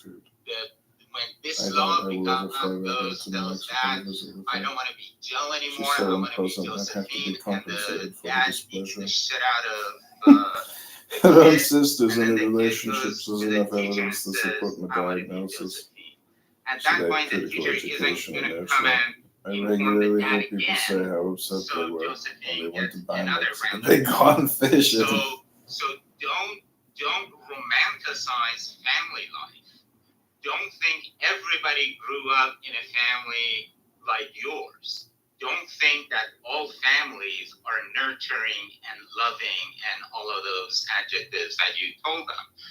A lot of families are not, and this law is there to protect the children of those families. Just sit down. Excuse me, Norm. Excuse me, Norm. Those family. Hang on a second, James. He's talking. Excuse me. Excuse me. Hang on a second, Doctor. Excuse me, Norm. The law. James is a mod. Norm, can you please go on mute and you can go after Dr. James? Thank you. I forgot that. Okay. Just really quick, just to add to what Sam's saying, I think a way to sort of extrapolate kind of the point here is ask yourself, when would you feel it is appropriate to block a child from getting mental health care when their parent says no, or when their parent would not approve it? Think about the areas where you would say, ooh, I have a problem with that. And if those areas seem to cluster around the types of things that, the religious right tends to see as their right to protect, then this is how you can see if this sanctity argument is coming from a place of kind of an underlying religious sort of rhetoric rather than something that's really about protecting the kid. Because I think in any family, the backbone of the family where there's children is you protect your child at all costs, right? And so that's something that I would be thinking about, Norm, and maybe that's something to reflect. So thank you. So Sam, I made this point maybe 3 times. I'm not sure if you heard it. If the family is abusive, then the law could specify that in the case of an abusive family, they need not be notified. But the law doesn't say that.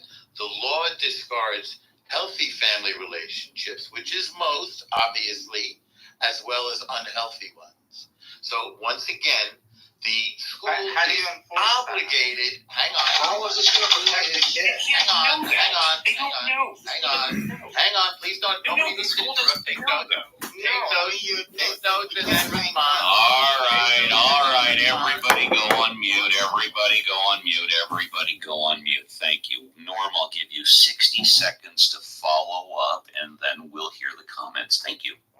If the kid has a headache in school, if the kid falls down, if the kid has a stomachache, if the kid is being bullied, if this kid has any sort of distress, the school is obligated to tell the parents. And by the way, I am a parent. I've raised a child. The people saying this obviously don't have kids because, of course, they need to be informed of any need that the child has. And to not notify the parents is a deep violation of that obligation of the school to care for the child and of the parent to care for the child. And by the way, the parent has decision-making power over these matters up until the age of 18, by the way, although in California it's a little different at the age of 12.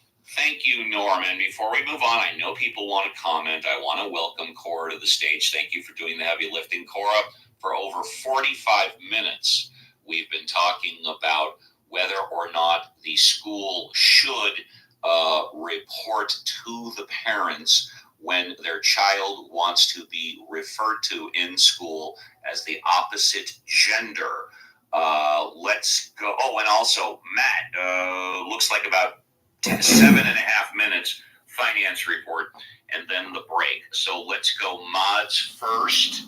Let's try and... No, actually, you know what? I think T, did you want to respond before the mods? I think yes. Go ahead. Thank you. First and foremost, the school is not obligated to find out whether or not the child is in an abusive relationship. Putting the onus on them to know is ridiculous. They're not in a position to know whether or not the child is in an abusive relationship with the family.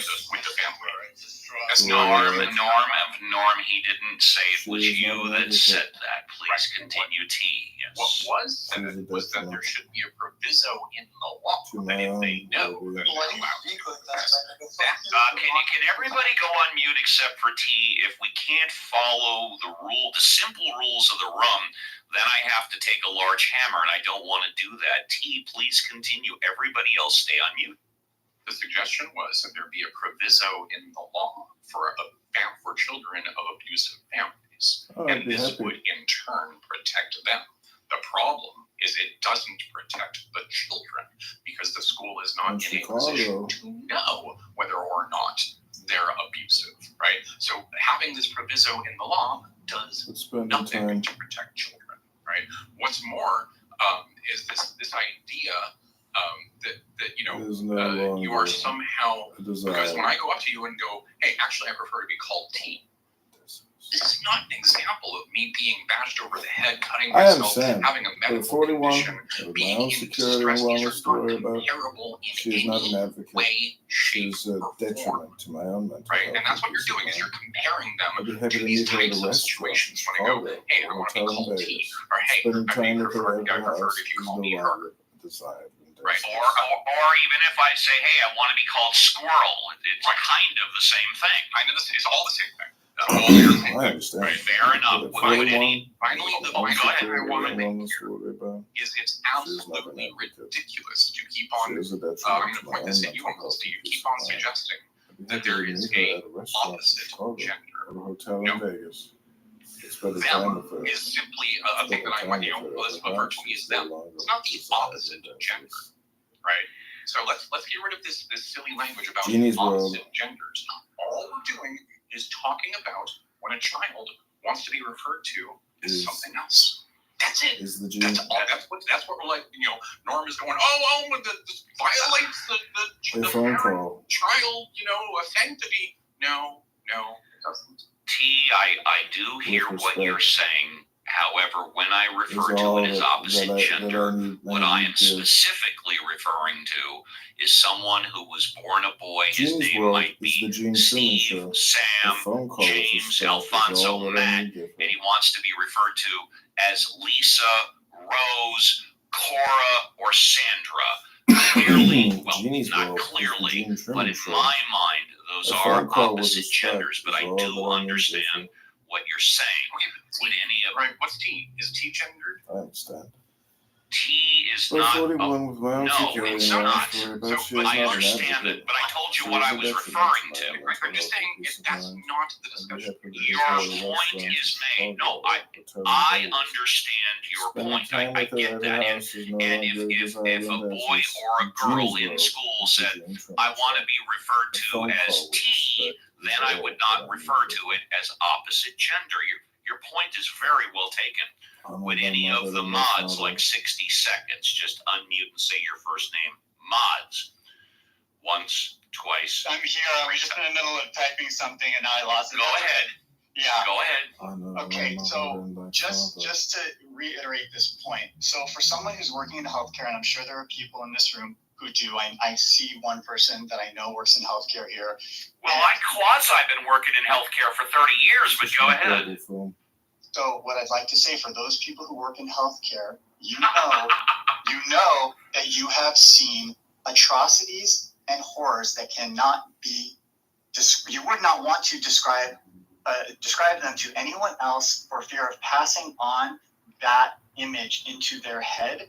And so I think these arguments against these really kind of niche positions are just simply rhetoric, wedge issues, talking points. In fact, I would call them bloviations by some because they don't apply. They don't apply to situations where a child is in a horrific position. They need help. and you've got someone bloviating about, oh, well, the sanctity of the family. You know what? Fuck your position, okay? I am so glad that the law. No, I'm sorry. Lefty. I just gotta say this. I am so glad the law protects our kids from people like him. Well, thank you. I am delighted now. No. Hold on. You know what? If we want to continue on this discussion, we'll do it in the next hour. I'm going to play Supermod. I'm going to end this discussion for this segment. I want to go to Matt with the finance report. We'll take our break, and then if anybody wants to bring this up again,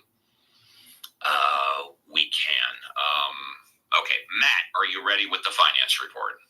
Apologies, I'm still getting some pages. Okay, then let's. That's okay. That's okay. We'll pick it. We'll pick it up at the start. At the start of the next and last segment. You know what? Let's just say hello to Cora. Good morning, Cora. Are you awake, or are you just hanging out for now? I'm just barely awake, so I'll wait till next hour. Yeah, that's fine. Would anybody who has not spoken in the past 20 minutes like to speak about anything? I'll bring something up. Yeah. Always a fresh. Go ahead, Richard. Always a fresh idea. And by the way, Richard, I hope you and everybody else understand. I'm doing the best within my own capabilities to try and make this a well-balanced discussion on this very controversial topic. I realize to some people it's not controversial, it's simple. To other people, it's very complicated. I don't find it a simple topic. A comment was made by a speaker, see, I follow my own rules, a couple of minutes ago that, no, go ahead, Richard. I'll just stop right there. Go ahead. Probably the future. Because the topic is so intense, I am going to recant. I do have members of my family in the At a healthcare distance. community. I do fear Conveyed an I do event fear that her. occurred in in some their ways. practice. Okay, I this is think a nurse. I have a she family member that's a nurse, can be where a male possibly teenager. violent. This Very got very toxic. complicated. A male teenager was I take precautions. assaulted by his father. I value Following, myself. it got into law enforcement because Friendship and kindness. what was Gotta told say to the that. child. A phone call with Gene is probably the Okay. future for me. Respect and honor at a distance. I do fear her in some ways. I think she can be possibly violent and very gay. toxic. You didn't I even say take precautions. this was not I value transgender. myself. It's just that you say you're going to be gay, and I'm going to kill you. The father held the child down, and the child reported to his doctor. This was a medical. He said, "Well, I've got problems at home," and it got very involved because obviously She does drink now. this person was threatened. Their life was threatened. By their own I parents. think you were. Doctors, I think you to dragged a doctor. This was reported. out of a house. Doctors and priests and lawyers are allowed to violate the confidentiality I think when you they dragged her believe out of that house by her head. the person that they're And talking party. to is a danger to themselves her or mouth. others.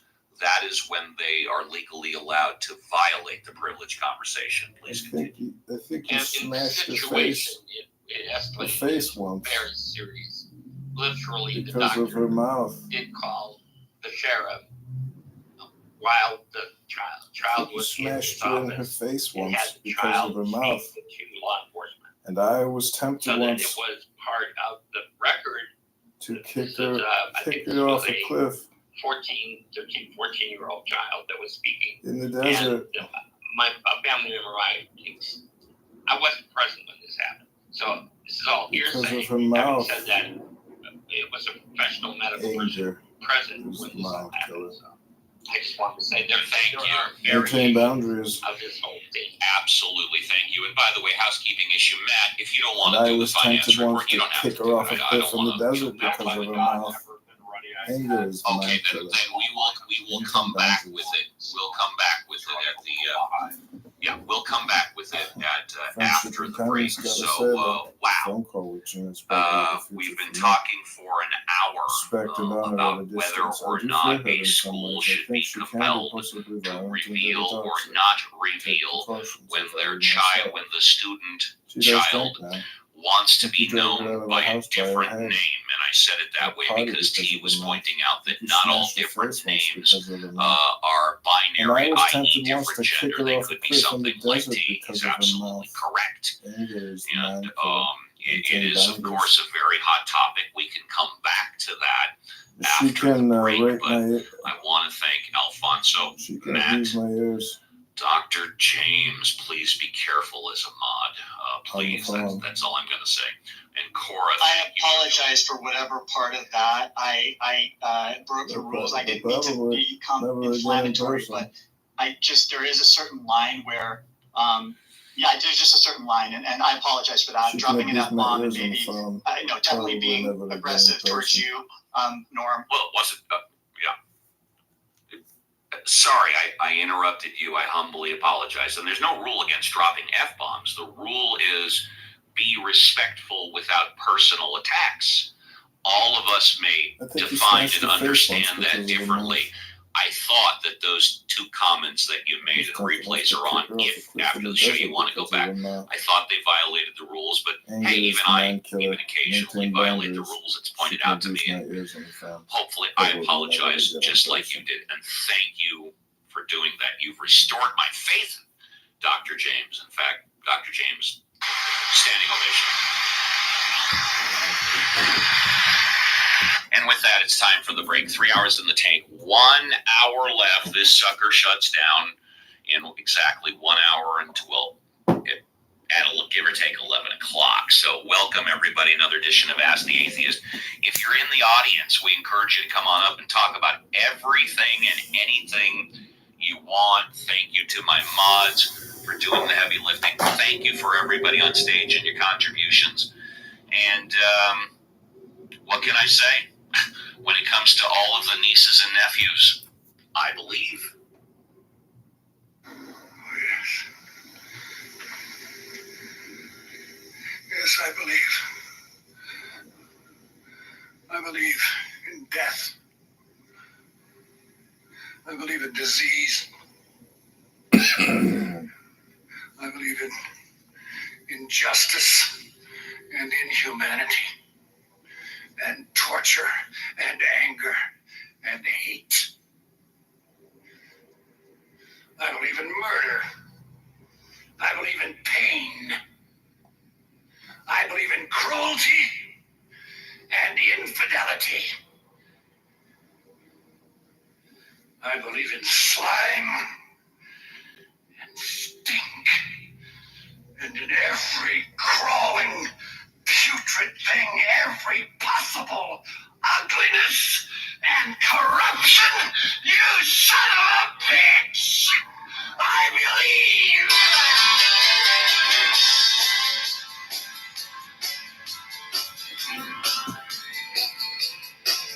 We can't turn him into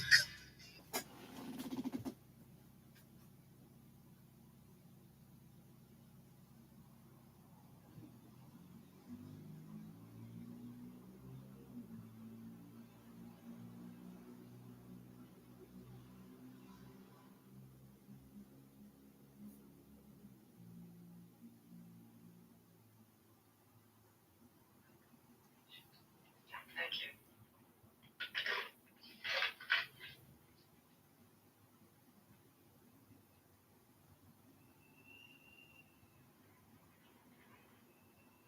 believe in witchcraft, Mr. I believe in everything, Doctor. You like a drink? Yeah.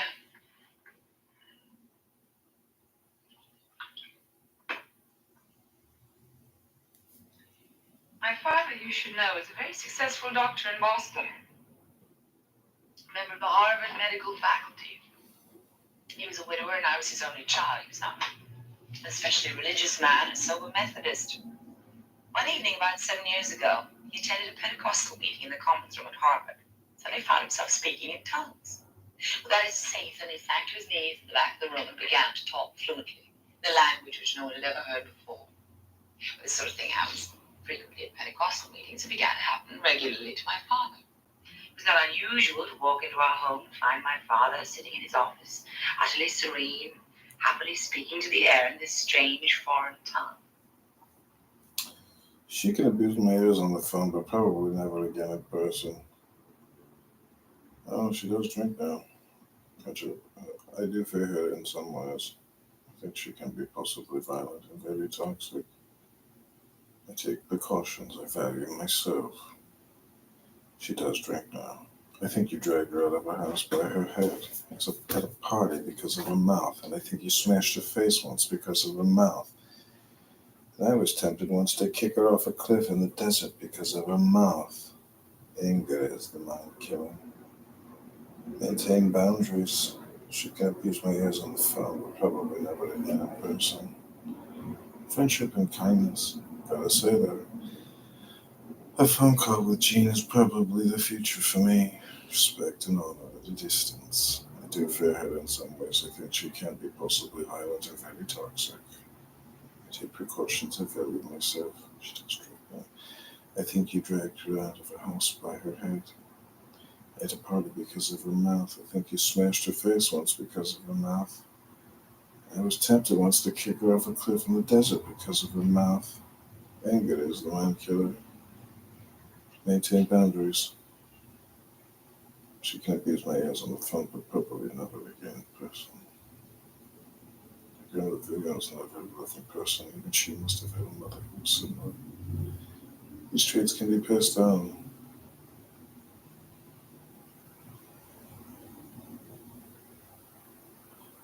I understand, but at 41, and with my own security and wellness to worry about, she is not an advocate. She is a detriment to my own mental health and peace of mind. Jean is a spider mother.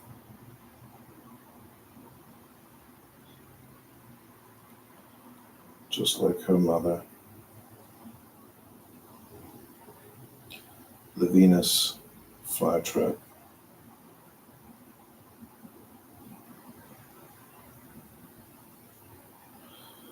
When I think of Grandmother Lee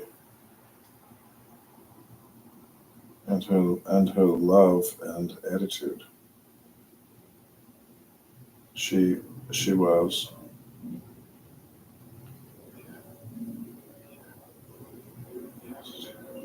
oh,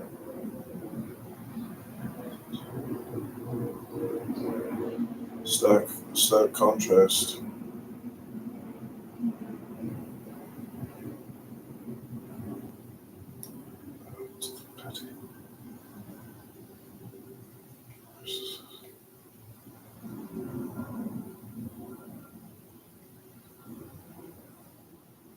And bitch. Jean is a spider mother just like her mother. The Venus flytrap. When I think of Grandmother Lee and her love and attitude, she was a beatitude. Stark contrast to the petty narcissist and bitch.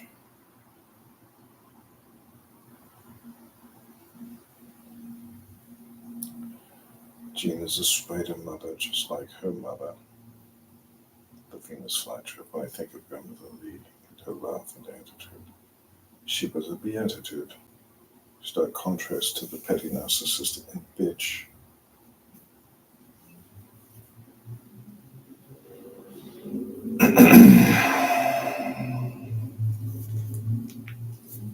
Jean is a spider mother just like her mother. The Venus flytrap.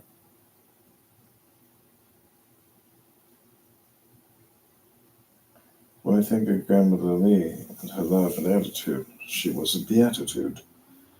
Stark contrast to the petty narcissist and bitch.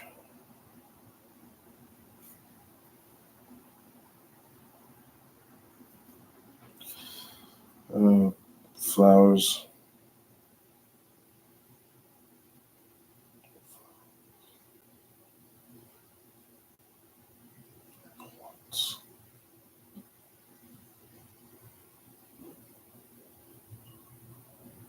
A woman bee. Flowers and hornets a wounding.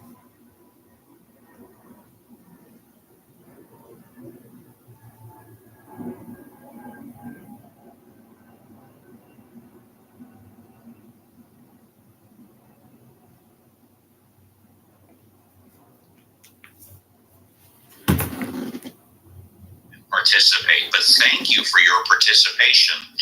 Let's now go to Daryl. Hey, Daryl, good morning, and welcome back to Ask the Atheist. What would you like to talk? If you don't mind, I'd like to just pick up on something from... You can talk about whatever you...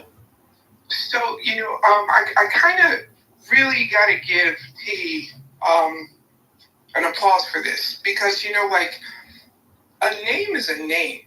So, I've actually met, in my professional career, I've met women named John because it was a family name. So it's like the idea that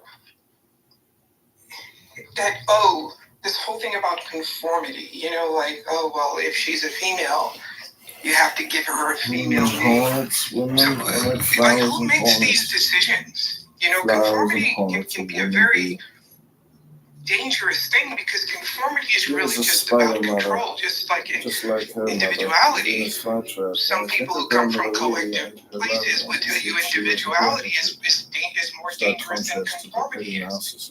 But it's just the idea that a name, which is just a word, and it's a word that you use to identify this particular person, or to call them, or to alert them, or to notify them. That a kid saying, a female saying, I want to be called Dennis, and no one digs into the why of this. Maybe she just saw a cartoon and she likes the name. Maybe a young male sees a cartoon and he likes the name Shirley. I have no fucking idea. I have no clue. It's the idea that we can say to people, or say to others, this is what you should and should not do. It just bothers me, because I believe in individuality. I've always believed in it. To the extent where... Do you believe anybody should be able to call themselves anything they want? Absolutely. Because okay, I'm going to give you an example. And it's going to sound extreme, but this is true. In my professional career, I've handled a case, this is no bullshit, where this guy was getting a check every 2 weeks, and he legally changed his name to Motherfucker, which, of course, none of us in the insurance industry had a problem with. However, we were still issuing his checks to whatever his born name was, John Smith, or his injured name was John Smith. It was a site claim, by the way. And so he literally filed legal action to force us to change the names of the checks from John Smith to Motherfucker. That's a true story. Now, when you say it's just a word, it's just a name, would you support a child who wanted to be referred to in school as Motherfucker? So again, and we've just talked a about name. This. No, but we've talked about this in other rooms, right? I don't feel any way about some of this stuff, and I don't actually understand why so many people feel a way about things that ultimately have no impact on them. So I'm going to be very honest with you. Here's an example. When I first started working, when I was on Wall Street... I'll let you continue, but you realize you are not addressing my question. But please go ahead. I'm trying to, because I don't care if a child wants to call themselves Motherfucker. I don't care enough about it. Well, you know what? It's anger. And I have two kids that are raised and grown and out of the house. I wouldn't want them in class with a teacher referring to another child as Motherfucker. I think that's completely inappropriate. But you continue. Okay, but those are like, here again we go to like social norms and conformity. So when I started on Wall Street, we had a big Boeing executive. And pretty much my very first job when I left the Federal Reserve and I went over to Smith Barney, all I did was give stock quotes all day. And we had this one guy who had a lot of money. It was the first time in my career that I had ever seen $100 million in one account on a screen, right? So he takes us out to dinner. We go over to this place in Brooklyn. It's this really old school steakhouse, but really famous, supposedly the best steaks in the city. And say again? Peter Luger. Yeah, it was Peter Luger's, yeah, absolutely. Thank you, Norm. And so the bill comes up. He took like 14 of us to dinner. The bill comes, it's like $4,000, right? He pulls out his Smith Barney credit card. And what he had printed on his card in his name, the place, was King Kong. Literally. It's a restaurant. He showed everybody at the table his credit card. He gave the card to the waiter.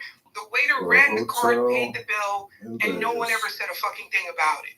Right? So it's just who cares? And it's a matter of who cares. And if you do care, you know, it's more about, I think, like the idea of social norms than about anything actually right or wrong. Well, actually, since you brought up a work situation, it's actually worse for employees to be going to work and having someone being called motherfucker than it is in the school system. And also, when you're dealing in the school system, you're dealing with minor children. Twice. Steve, I still understand it.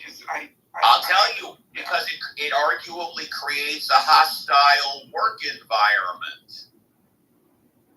If someone's using the word motherfucker, even if they're referring to someone who wants to be called that, all you need are and you're right, we did discuss this kind of a while ago. All you need are a couple of complaints to human resources with a threat of a lawsuit for not only allowing but promoting a hostile work environment, and that person's going to win the lawsuit. To me. She's mental. So, she's worked into a school being twice into the face. I'm with Daryl, I think, most of the time. And when people bring up hypotheticals like motherfucker or things that might not really happen in real life, it's because we're pushing an agenda onto people and we want to make people look like they're irrational. So I always try to see if we can bring it home and see, I think Daryl presented a real life case. Spend time at home again in Mexico. It's a restaurant in Chicago or a hotel in Vegas. Human minds are so dogmatic and shut on what we feel safe with. I was talking about this in our earlier room today. There is a marked difference. She's her own worst enemy. Her energy comfort is remarkable. These being mostly American spaces, but also culturally, it is culturally warranted and frowned upon when people do not get triggered or gotta give it to her. She's a one behavior that deals with taboo topics, right? And gotta give it to her. We're gonna try to do some rooms on some of these topics because it's when somebody brings up a topic. She's her own worst enemy. Can people she's on her own with regards to me. Identify as whatever they want? She's walked into and what are the boundaries and when are they starting to she's her own worst enemy. Step on other people's boundaries? She's a one-woman band. Yeah, it becomes a discussion of cultural sensibilities. But I think it is important to be able to abstract ourselves a little bit and realize that there are topics that can be spoken about. She's warped. And hopefully without me assuming that the person who wants to talk about, people changing their genders, going to the bathroom, as a male or as a female who just identifies. She's her own worst enemy. It is so much more productive when we can listen and we can try to de-dogmatize and stop pushing an agenda onto others, because it's at the end of the day it's quite relative to the individual and to the culture, right? right? These things don't have the weight they do in the U.S. Question. Hang on. Go on mute. I want to see if Daryl wants to finish up, and then Romero is next. I'll give Romero a fresh five. But Daryl, did you want to finish? No, that was it. I appreciate that, Alfonso. No, that was it. All right, then Romero, you're up. You got a fresh. My question is this actually a problem? Are there kids in school that are changing their names to motherfucker? Is that a thing? This is a real question I'm asking. No, I'll tell you. I don't know if you were here when I said, but I had a personal experience, not to do with kids, but from a claimant who was getting a check every week who literally changed his name to motherfucker and wanted us to change the name of his checks to motherfucker. That was real. But in school, no. The reason why I brought up that example is because it was said he suggested word. Are you sure this isn't serious, Joe? Well, with Eddie, there was You shut up about Eddie. With my brother, it was nerves. Well, of You course make a lot they of people do. nervous. Only sinners. Everybody. Is everything all right in here, guys? We're fine. Did you see anybody in the hallway? Did you see anybody in the hallway? Tell me, what is Mrs. Clelia. You saw Mrs. Clelia walking around? No, not exactly. Not exactly. A sign of the zodiac. The Gemini symbol, the twins. It was 15 years ago. Go ahead, Lieutenant. Temple, why are you encouraging me? Shut your mouth! Stretch your memory. What was he wearing when they brought him in? Do you recall? That was quite some time ago. Was he dressed like a priest? Like a priest? Were there any signs of injuries, blood, lacerations? That would be in the file. It is not in the file. You son of a bitch! I believe! My God! And of course, no. Enjoy it. She's a one fan. You asked the question, wait for the answer, please. This discussion started off about an hour and a half ago when we were talking about whether or not Enjoy. teachers and schools should be required to inform parents that Kinderman. kids want a different gender name. One notices Pearl must be forced. Okay, so then I have to make right. We're fine! That this is because there are supposedly children Enjoy. at a young age and wanting to go by a different name. When I was growing up in school, which wasn't that long ago, teachers would You told me there's nothing wrong. There isn't. My brother Eddie had these same stupid symptoms for years. Your brother Eddie died at the age of 30. So what? He got killed in Vietnam. There could have been some connection. A connection? Are you sure this isn't serious, Joe? Well, with Eddie, there was You shut up about Eddie. my brother was nervous. You make a lot of people nervous. Only sinners. Everybody. Is everything all right? So I'm trying to grasp and understand. Do you have children? So we're interrupting now. Okay, cool. I do have children. Okay. Yeah. You just said this appears to you to be much ado about nothing. Yes. Okay. Would you want the school to notify you if your son wanted to be known by a feminine gender or your daughter wanted to be known by a male gender?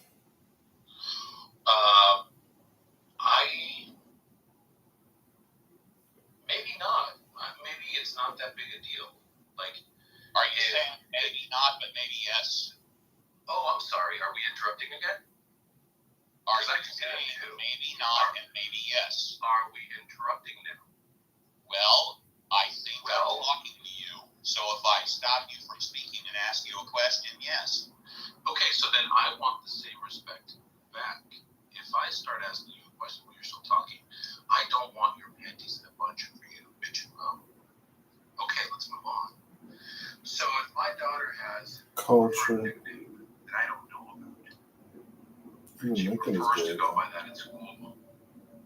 That's kind of her choice to make, right? Even Lincoln is gay If now. I have such a shitty relationship with my Even kid, Lincoln is gay that now. she's not telling me her preferred nickname or preferred name, something has gone wrong with me. I have failed communications because she's terrified to tell me her preferred nickname or name. So, would I want to be notified? LGBTQ. But if it's Well, then clearly are we interrupting now, Steve? She was Clearly, it's not much cool. about nothing. Call Sue and tell her about Lincoln's LGBTQ activity and that you were sorry. She was correct. Oh, she will love you. So, if she has 3 names, she has 2 first names. She will love you. Most of the young people. So she has a choice. It's all And words. if she decided to go by a different nickname that I'm not aware of, It's all that's words. fine, right? Because people have different interactions with different people. So she might The go girl gotta eat. by Fluffy Bunny, whatever, as her nickname A with her woman friends. gotta be right. Am I gonna get At my least twice panties a in a day. twist over that? Am I gonna get angry over that? Girl gotta eat. Woman gotta be right. But that seems Twice a rather day. petty to me and small The for girl gotta eat. A woman Because gotta the be bigger right. At conversation least twice a day. what kind of trust Even Lincoln is gay now. projecting to my child? Call Sue and tell her about Lincoln's LGBTQ activity that you were sorry. She was correct. She will love you. It's all words. Did you feel Girl gotta left eat. out of your kids' A woman lives? gotta be right. Because I don't. She tells me what her preferred name is, how she wants to be addressed, because I build trust. So, if you need a teacher to tell you something that your child is terrified to tell you, and you're going to make it the biggest issue of your day, then you get the day you deserve, man.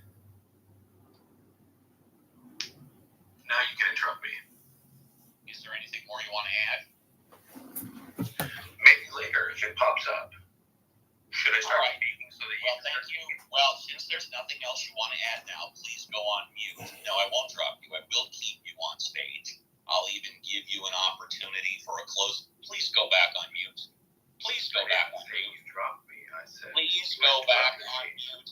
I've asked for the 3rd time with a please. Thank you. You can stay on stage and you can have a chance to speak. 4th time, last time, please go on mute. Okay, well, if you can't follow the rules, now you get dropped to the audience. And, ask him 4 times, please. Even was going to keep him on stage. Let him have a last chance to say goodbye, just like everybody else. But he didn't want to respect the rules of the room. And, that's the way some people are. And, that's the way some people are. So, let's see. If any of the mods want to contribute, now's a good time. If anybody wants to come on stage, now's a good time also. Yeah. I think your Romero made a fair point, and it's this division that there is this perhaps a change of paradigm that we're encountering, where many of us, I guess, boomers and Gen Xers, we didn't know about, neurodiversity, all these things, and they did treat us with authority, and it was the parents knew best. And if we didn't listen, they spanked us, they called us out, they punished us. But I think what we're learning now, and I'm sure Dr. James sympathizes and knows even more, positive reinforcement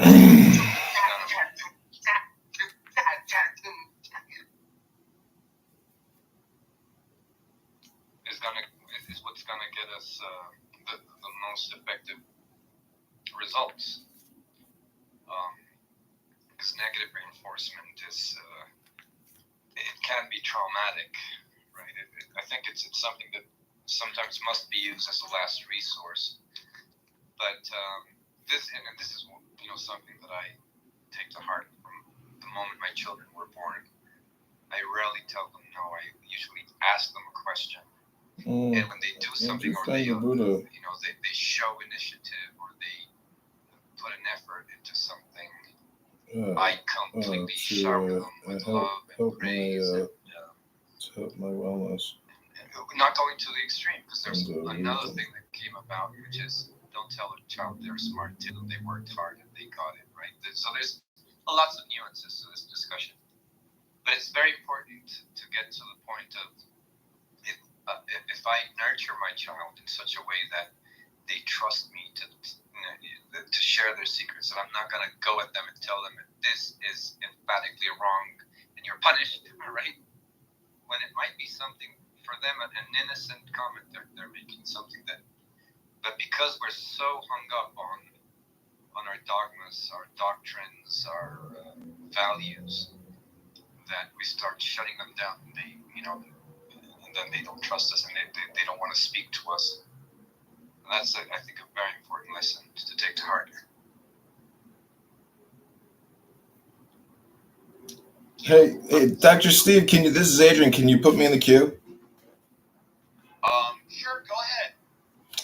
Yeah, I'm a big fan of the Buddha, and to me, the Buddha means body. The Buddha said, conquer anger by love, conquer evil by good, conquer the stingy by giving, conquer the liar by truth. Whoever checks his uprisen anger as though it were a rolling chariot, I call a true charioteer. Others merely hold the reins. So to me, when I come in a clown house room, it's basically a journey. You're getting in a car, and some people road rage. So I think this app really indicates who you are or what your anger management level is, your awareness, your kindness, your love, your compassion, your personality. And it's not easy being a mod. And, I got to say, Uncle Steve, when you say, oh, you're a green bean, you can interrupt anytime you want. I mean, maybe being a one mod show. And then I think this app should basically be on a timer where everybody gets 60 seconds to speak and everybody else's mic is muted. That's like a debate.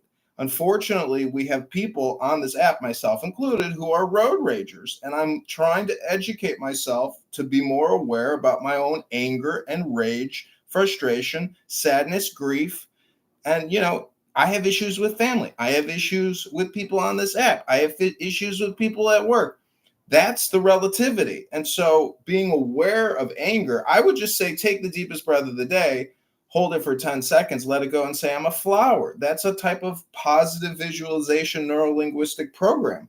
So that's what I try to work on this app. And I think this is a great room. And I just want to say, I think all the speakers' opinions are valuable. But when people talk over one another and you rage on this app, are you not aware of what you're doing to yourself and to others? Thanks for listening. This is Adrian Dittmann.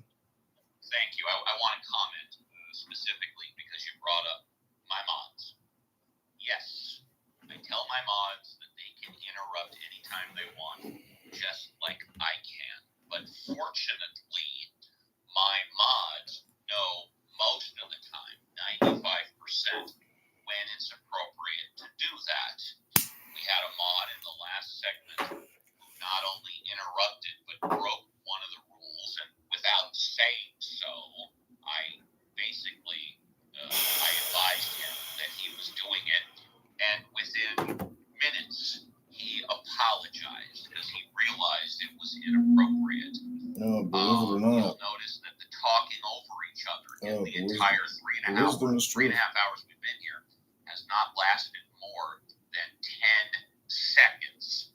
You've never had more than one person speaking. We had 2 or 3 times where 4 or 5 people were talking over each other, and I shut that down within 10 seconds. The room is very Which is our greatest quality of knighthood? When it comes to passion, talking and who interrupts and when it's appropriate to interrupt. Yeah, it's true. Me and the mods are allowed to interrupt when it's appropriate. The other non-mods are not allowed to interrupt. This is true. However, when it comes to the content always has been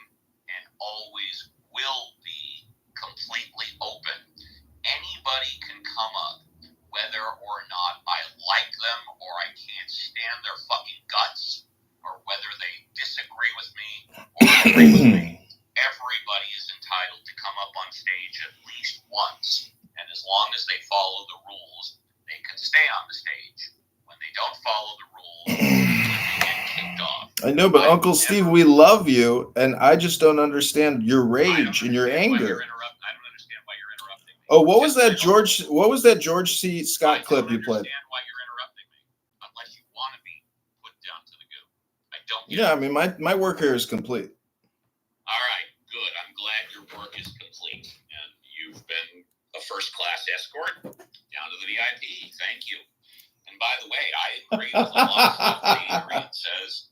Some of the things I don't agree with, and he cubs up, and as long as he doesn't disrespect or violate the rules, he stays up. Once he does, he gets kicked down, and that's the way it is. We've got till the top of the hour.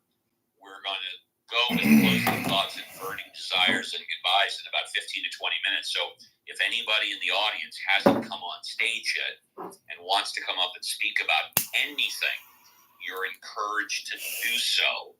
Let's first go to the mods. If any of the mods want to speak about anything, just unmute and go, and then we'll go to the non-mods. Cora.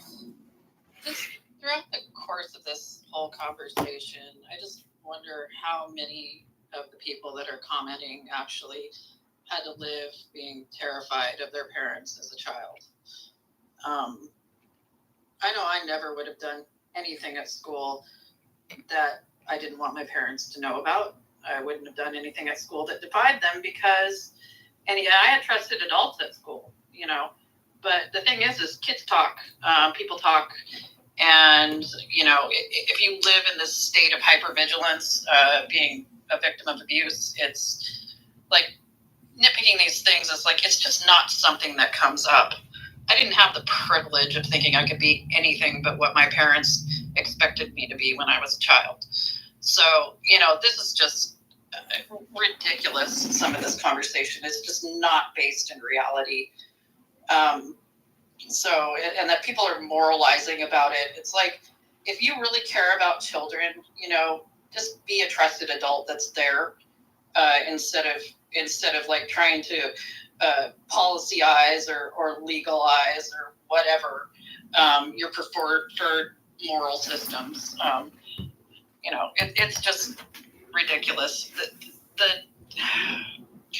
Anyway, it drives me crazy. I just think there's no reality going on there.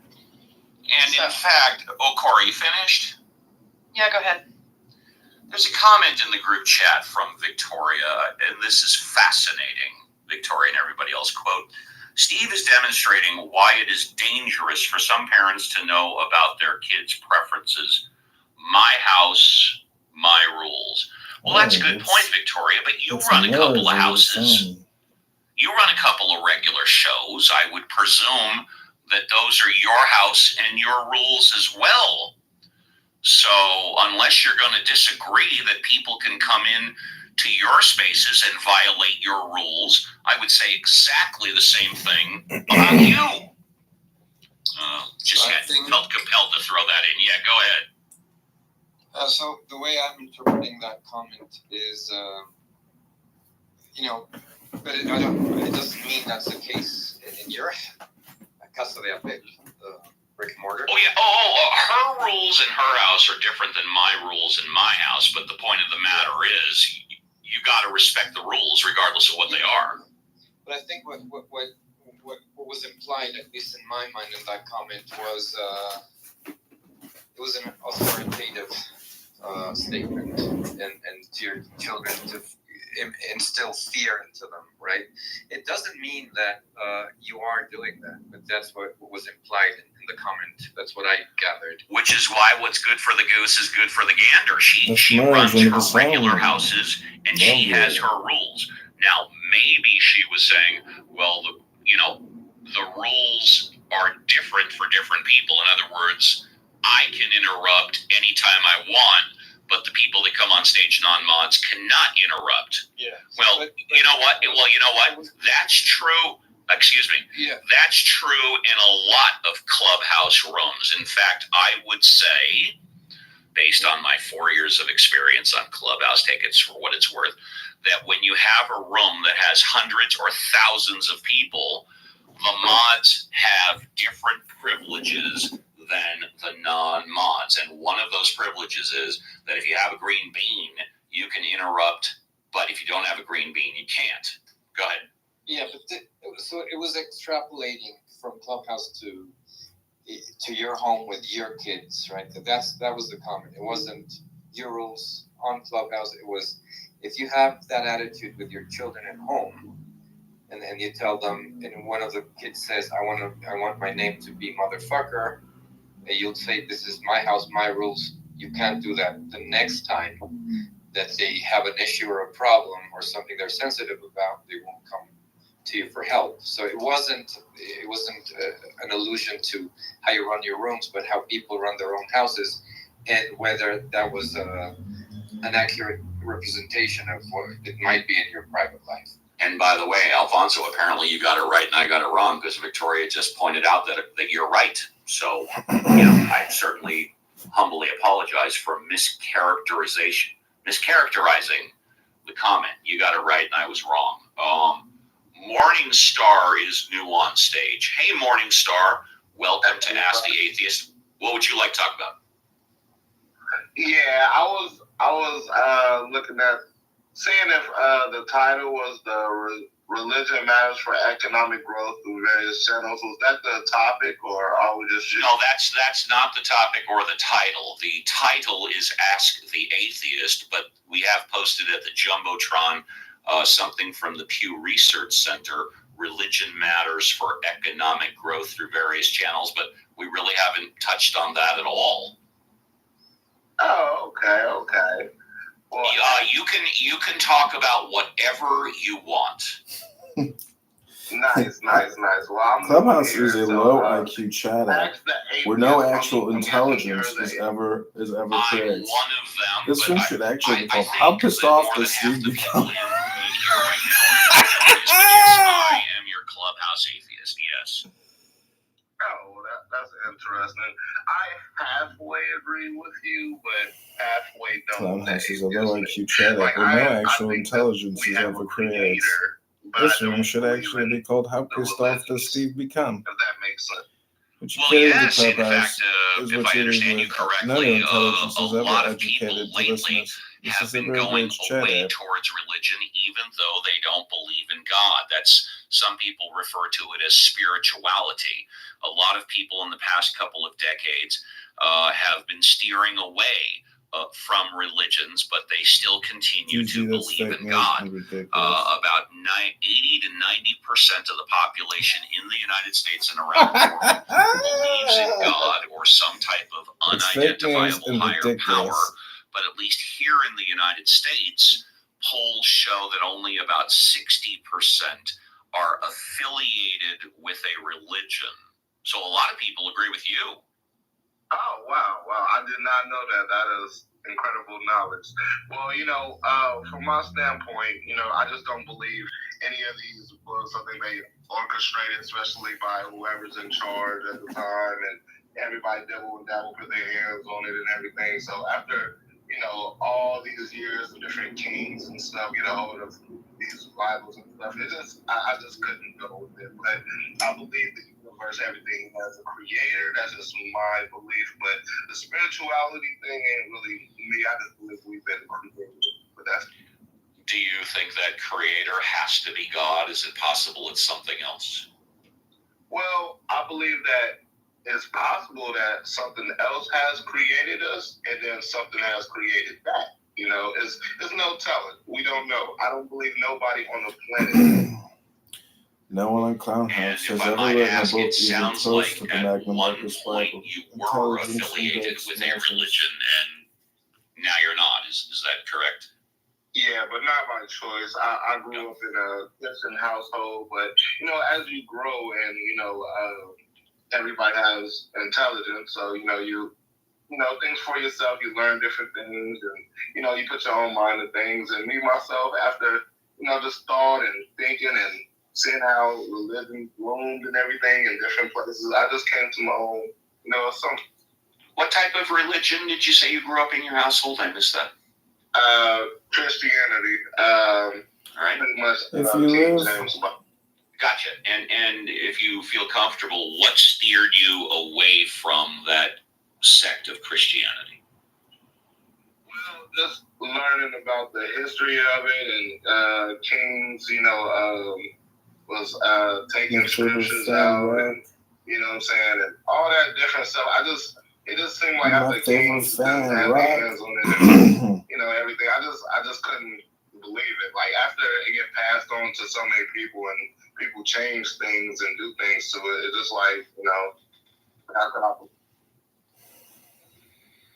Was there one particular day and time where you made the change, or did it take a while? I know for me it took 5 years. Well, I started off as a baby in churches and stuff, so it took me until teenage years where I started just asking questions. But once the internet blossomed and I got to get different knowledge and get a little older, so maybe about early 20s, but I always questioned it when I was about maybe like 16, 17, around. Thank you very much for sharing. Is there anything else you'd like to add?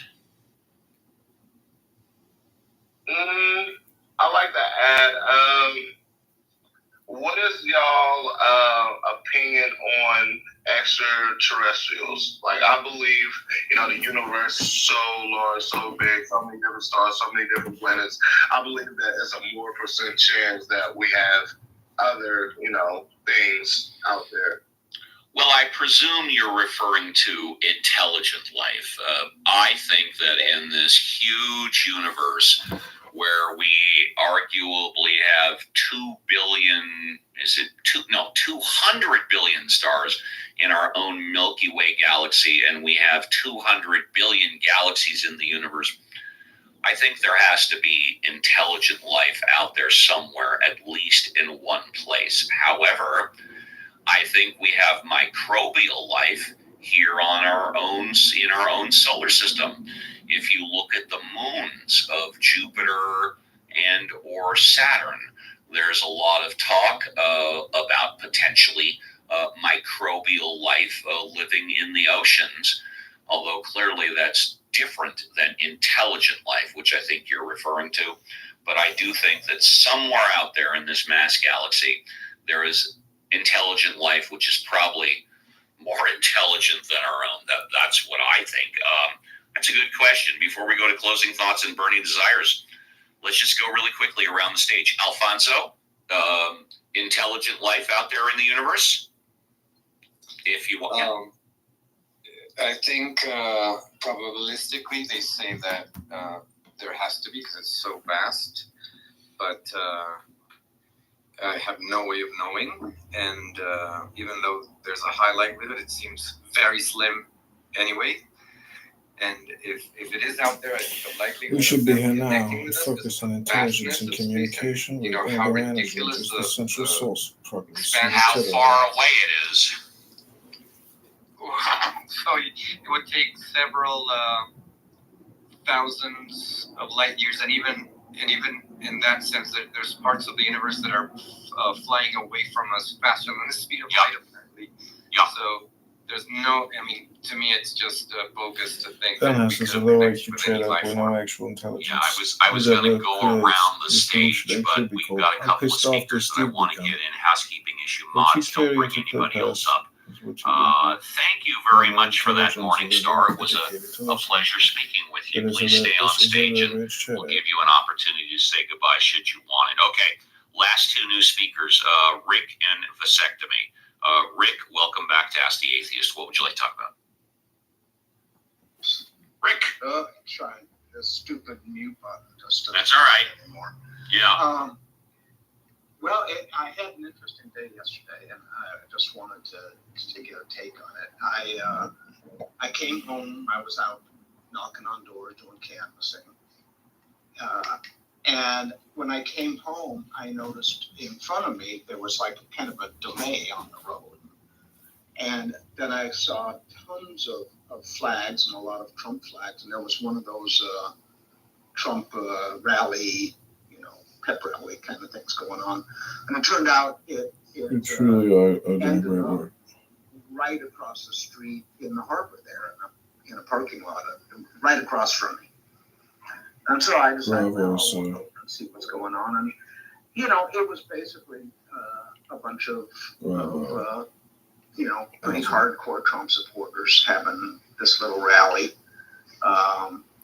And Congrats, Steve. You truly there are was doing about great work here now. maybe Bravo, 20, so maybe bravo, 25 awesome. cars and trucks. And there was 4 vendors selling, flags, hats, shirts, whatever. Congrats, Steve. You truly are doing great work here now. Bravo, kind sir. of like a Bravo, farmer's market, muscle. or a flea market kind of a thing. So I went and I looked, and I could not find one piece of gear made in the United States. And so I started talking to the vendors about it. I said, hey, do you have anything made in America here? And they said, what do you mean? And I said, well, if you want to bring jobs back to America, isn't that what we want to do? We want to bring jobs back and have good paying jobs and make more things here and not buy them from China. So the 3 countries that I could find were Myanmar was most prevalent for hats. China, there was some of those gold shoes. I don't know if they were official Trump shoes or if they were Trump shoes, but those gold boots that he's selling. And then Vietnam. So China, Vietnam, and Myanmar were the 3 countries. So I asked them about it, and they go, well, I hear what you're saying, but you can't make any money if you use things, if you buy stuff made in the United States. And they said, nobody will buy it because it'll be too expensive. So I checked the prices on them, and a hat, just a baseball cap, and they had all different kinds of, there was the MAGA hats, the Trump hats, and, there was fuck Kamala hat. And so I asked them how much the hats sold for, and they said, well, they're from $20 to $30, depending on the hat.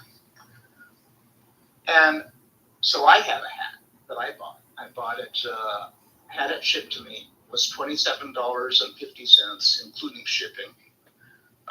Made in the USA by union workers, SEIU workers, embroidered. I had an embroidered patch up at the top. And it was pretty much the same price. In fact, it was less than some of the hats they were saying. But they were telling me that you can't make any profit if you buy things made in the United States. So it was kind of interesting. And I was wondering if the tariffs go into effect on China. And he's talking 10 to 20% tariffs on things coming from China. I'm going to give you 1 minute, buddy. I'm sorry, but we're at the end, and I got to get one person in 1 minute. That will raise their prices, would it not? By 10 to 20%. And they'd have to raise their prices by 10 to 20%. Now, how come we can have hats made in the United States and they can't? And that's the question, and nobody could answer it. But they're buying from the commies and making America great again, I guess, somehow. Thank you. And our last new speaker is vasectomy. Good morning, vasectomy. Welcome to the show. What'd you like to talk about? Vasectomy, going once. Good morning. Hi, good morning. Good morning. I came across this realization 3 months ago, and I know it's going to make a mockery of myself, but this is what I came to realize. God is the government. The government and God know each of us individually, They're omnipresent. They have the ability to bring upon the Armageddon. Government starts with G. God starts with G. God's angels are his agencies.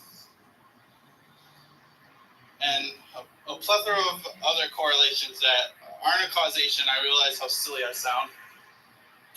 It's what my mind did. That's okay, no problem. Would you like to add anything else or say goodbye? Because after you finish, I'm going to give you a first-class escort to the VIP. Goodbye. All right, thank you. I'm glad that you got that in, first-class escort to the VIP. Now we'll go to Norm. Norm, would you like to say goodbye? Now it's time to say goodbye. I'm so glad we had this time together. Yes. All right. A little bit. I want to recap my original Fresh Five. As long as you can do it in 90 seconds, go ahead. Is that what we get? Okay. Well, you get 1 to 2 minutes to say goodbye. Yes. All right. Okay. So, Bibi gave a press conference this week and explained that we will not allow Hamas to rearm.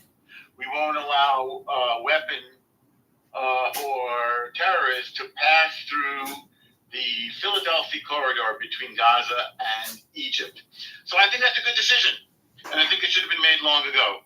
We also so when people tell you, oh, it's the children, the babies, the blah, blah, blah, blah, it's bullshit, and it's an example of a sort of a hysterical mind capture.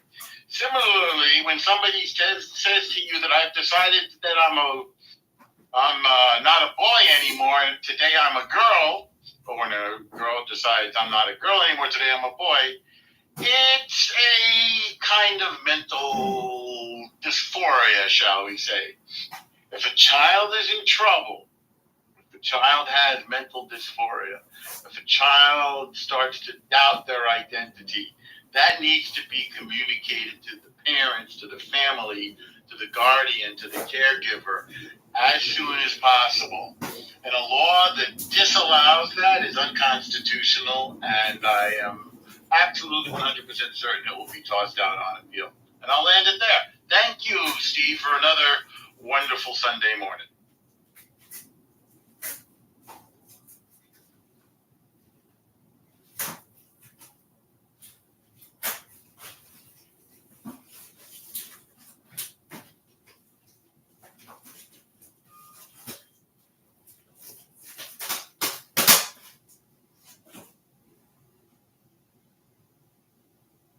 It got quiet. Uncle Steve, are you there? We're not hearing you guys. Oh, sorry about that. Hi, sorry about that. Thank you.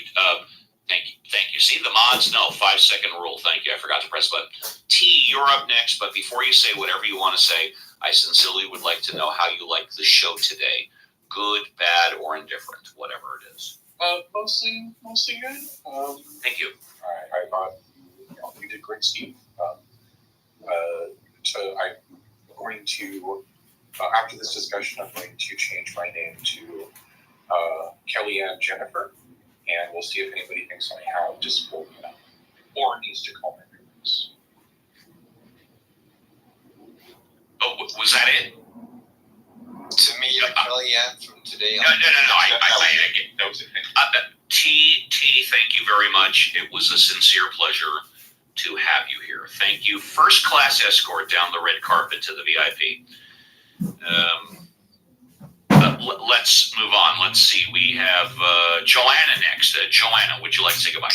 Yes, I would. And as always, so nice to hear your voices. I love all of you, really, in more than a clubhouse way.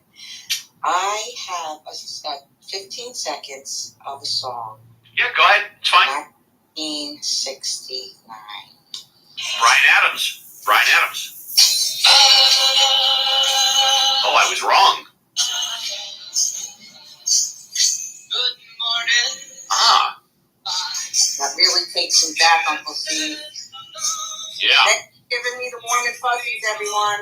You got it. First class escort. And by the way, the song I was thinking of by Brian Adams is The Summer of '69. So There you go. Let's see. Let's go. Daryl, would you like to say goodbye? Yes, sir. To something, Alfonso said, and to something Morningstar said, if you were to ask me personally, do I think that what's more possible, not probable, but possible, that human beings were engineered by another intelligence, or that human beings were created by some invisible energy that created the rest of the universe, I'd go with the aliens. And my last thing, I talked to Michio Kaku once for an interview, and his idea about this thing about extraterrestrial life is interesting, because he says that we tend to look at it from the scope of our own understanding of not only physics, but organic chemistry. And that he feels that we need to be a little more open to the possibility that we're not as smart as we think we are, and that there could be, a species, civilization, whatever you want to call it, that is really way advanced from us. So I don't discount the possibility. Last thing I'll say, the CIA put out a document in the 40s, and it talked about how to use aliens as a source of intelligence. It's really short, but it was acquired through the Freedom of Information Act. And I would always say, I think if the CIA is looking into something, we should probably pay attention to it. Thank you for that. First class escort to the VIP. And last but not least, before we get to the mods, Morningstar, would you like to say goodbye? Any closing thoughts or burning desires? Yes, and I'll make this real quick. I'd love to say I think the first thing we're going to discover besides micro life is maybe ocean life. And I also believe that once AI evolved to like a high extent and we started merging with machines, I believe that we're going to make a whole lot of new discoveries and advance higher than we ever did before. And I believe that we will be able to reach these places that are thousands of light years away. And I believe that we will run into, high advanced civilizations. And I don't believe that we will do it in our lifetime. It might be our kids. Who knows? But I like to say I love this room, and goodbye to everybody. Thank you. Thank you. Don't go away, but I am giving you a first-class escort to the VIP. I want to comment. Yes, I believe in science, although my life is not 100% controlled by science. Science tells us right now that without water, there is no life. You cannot have life without water. So your statement, life in water, is correct. As far as thousands of light years away, let's just remember what that is. That's traveling at the speed of light, which according to Einstein, we cannot do. Currently, about the fastest we could go is about in space, and be safe about it, is like about 25,000 miles an hour. Light, again, 25,000 miles an hour. Speed of light is 186,000 miles per second. So when we talk about something being thousands of light years away, that's traveling at 186,000 miles per second for thousands of years, just to put it into perspective. And now we go to the mods, who don't get a first-class escort to the VIP, but have to stay on stage and do the heavy lifting until the end of the show. Cora, would you like to say goodbye? I just, on the whole God versus aliens thing, first of all, if we have a deist God, a God that just the created CIA the should universe, seek an additional $10 billion a month to invest in Uncle what's Steve's the point? atheism research. Why worry about it? And the probability of there being like a disembodied mind with a will that did all of this creation it's just improbable and unnecessary. We have good models and explanations for how we came to be, how the universe came to be. Well, we have alien-wise, I would, if you're one of those people that's into alien stuff and philosophy, definitely recommend reading the Remembrance of Earth's Past trilogy by Liu Cixin. Obviously not in the Chinese, if you can't read Chinese. But it really, the second book particularly gets into the reasons why, even if there is intelligent life out there, why it would not want to encounter us and why we would not want to encounter it. So that's all I want to say. Thank you. Dr. James, would you like to say goodbye? Yeah, I will.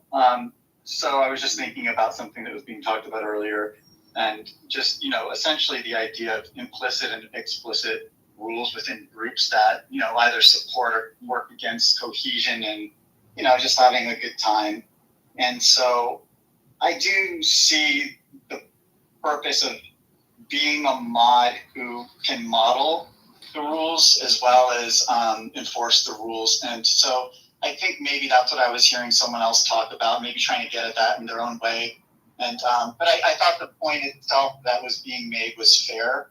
And I would say in this room, generally, that tends to be the case. I mean, I don't see a lot of mods being hyper abusive to others. Earlier today, I do my exercise while I'm here. And, I was basically at peak heart rate when I chimed in quite loudly at one point. And, I think it's a good practice for me to be in that state under stress and to still remain pretty even keel.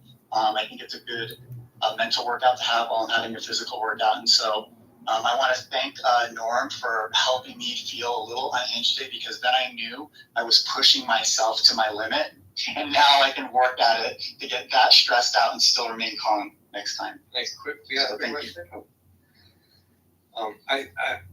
my understanding, James, was that you said not fuck you to a person, but it was an expression. And I think that might have been the confusion. That Steve thought you were insulting someone, but you were just using it within the context of expressing an emotion rather than telling someone specifically. James, is that accurate? To be fair, I was very consciously using the word fuck because nothing else could capture how outraged and I was at the ridiculousness of allowing this person to quadruple down on essentially what are not facts. And I was doing my best. If you listen to the replay, which you won't, but if you do, you'll hear me several times calmly coming in and asking him to reflect and different things like that. But that wasn't. And if I recall correctly, and maybe I'm wrong, eventually what happened was what you said was your A, and then whatever it was, and then that's when I shut it down. But maybe I misunderstood. No, it's fair, and that's what I'm saying. So I think it's most appropriate for a mod to model behavior that they want to have given. And so that's for me why if I catch myself in that space, I try to just nip it in the bud and just acknowledge it. I don't mind people dropping F-bombs. I drop F-bombs all the time, but you won't. And again, I'm not accusing you, Dr. James, but you will never hear me say, or at least on this show, you're a fucking idiot, okay? And I'm not saying you said that. I got no problem dropping F-bombs. Matt, would you like to say goodbye? Yeah, I'll hop in quick. And I just wanted to say I was at a charity bike ride yesterday. I did 40 miles. Some people did 10. Some people did 100. Big cancer fundraiser in Connecticut. You can't miss it if you're in the Northeast. And they had 2,500 riders. And having 2,500 humans in one place is not something we've done a whole lot of in the last 10 years outside of sports, at least in my experience. And I just want to say it was a great day. I know a lot of people there that would, if they were on Clubhouse, all they would do is say, you have the worst ideas, I hate you, I wish you didn't exist. But when they were coming together for a cause, none of that came up. Everybody got along. And my advice to everybody is it's good to engage with ideas you disagree with to sharpen your argument. But we should never take anything people are saying to each other here personally. Go out, touch grass. The world is a good place and we can make it better. Do things that make it better. That's great. Last but not least, Alfonso, would you like to say goodbye? Yeah, I've got a couple of comments. One quick one is I do not think that humans are going to be able to get in touch with any intelligent life forms outside. I think we're going to perish or have evolved into something radically different fused with technology and nano whatever ridiculousness is coming up for humanity and life on Earth. But that's like light years away. I don't think we're gonna be able to, see alien life forms in the near future. And near means, thousands of years, right?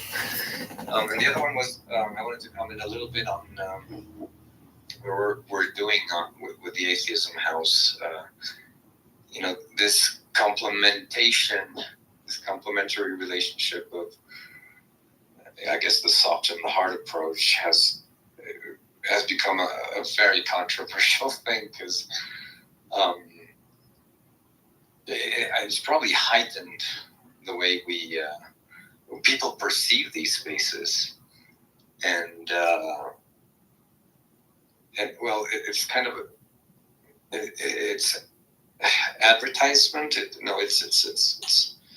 It creates a space where people want to come and see the show, but I think we still make a great team. So, yeah, good job. Thank you. And with that, we're done. Thank you to all the mods for helping do the heavy lifting. Thank you for everybody in the audience contributing, because without it, the show would not be as good as it is. The last thing in the world I want to do is talk for 4 hours. That's the last thing I want to do. Most people have an agenda. Some people just want to start their day. Some people just want to learn a bit and express their opinion a bit. Everybody has a different motivation for coming in here. I find most of them, over 90-95%, are positive. The show continues to get more popular, and with that are going to come in new people and old people alike, and all we can do is just adjust to it. I do my best to be consistent about it. Most people like the way the show is run. Some people don't. As was said earlier in the chat and whatnot, there's always the leave quietly button, which is not a problem. Take care, everybody. Best to you and your families. I'll be back again next Saturday and Sunday. Be careful on the clubhouse streets.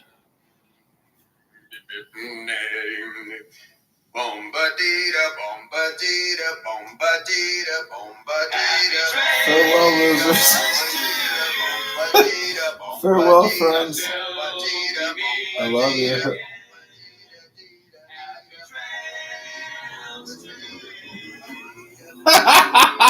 Farewell, friends. I love you. Farewell, friends. I love you.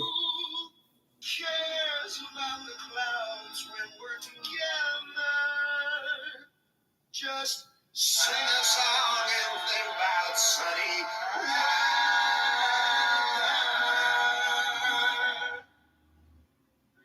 Happy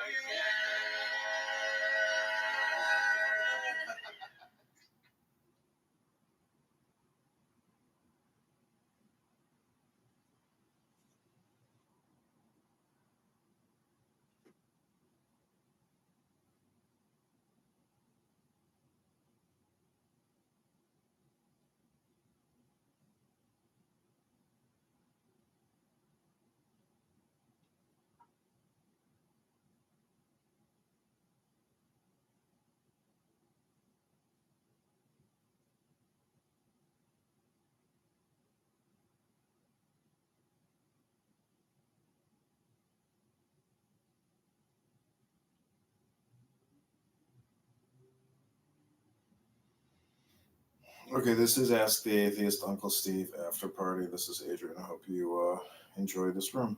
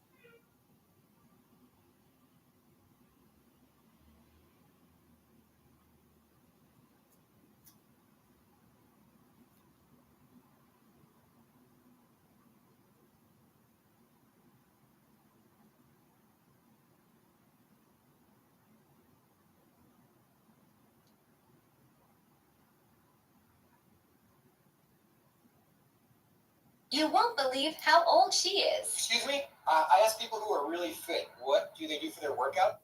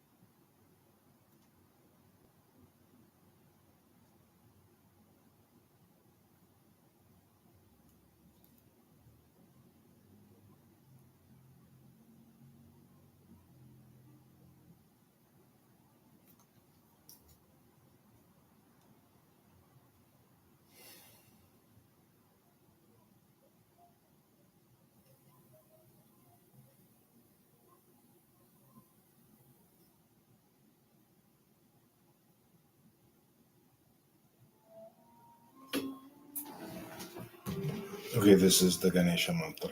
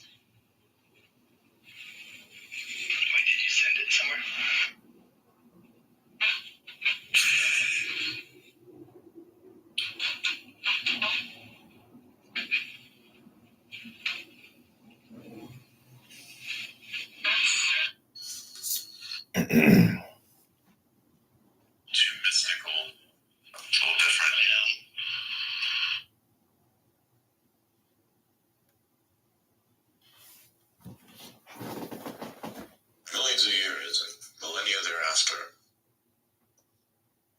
And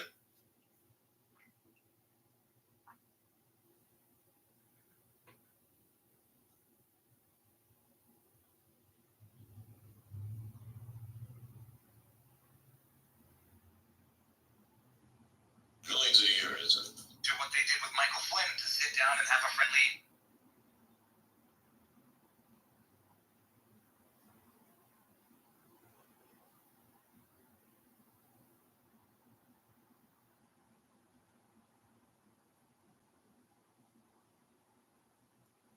Do what they did with Michael Flynn to sit down. They didn't actually indict any American end.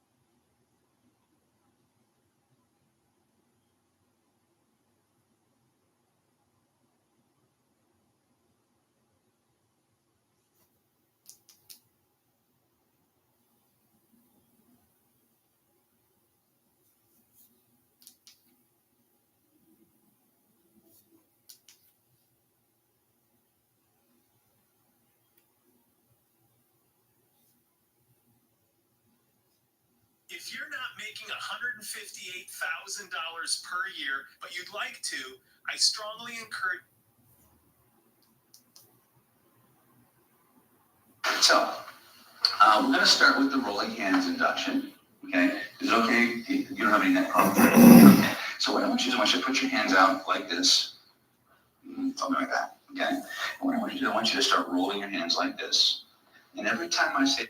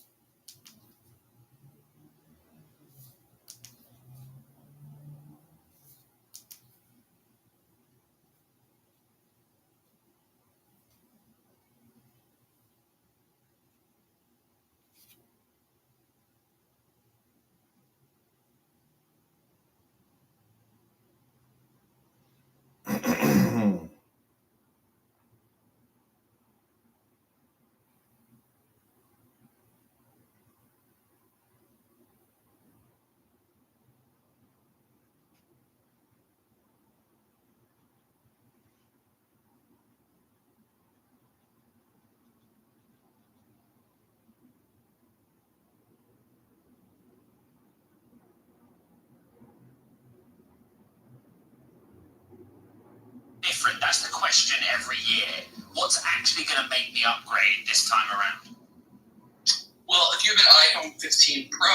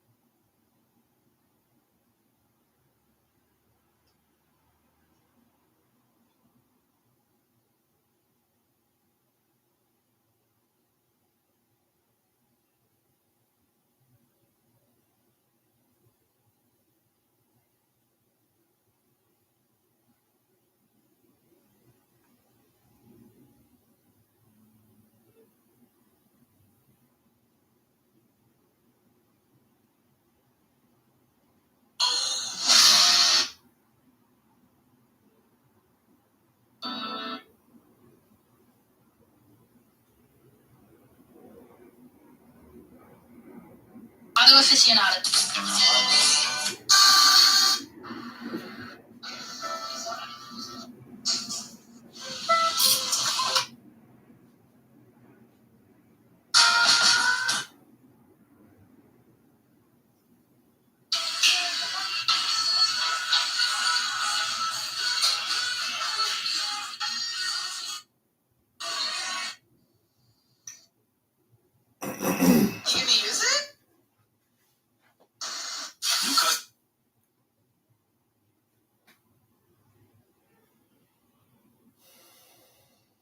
sister just bought her first home and she did it.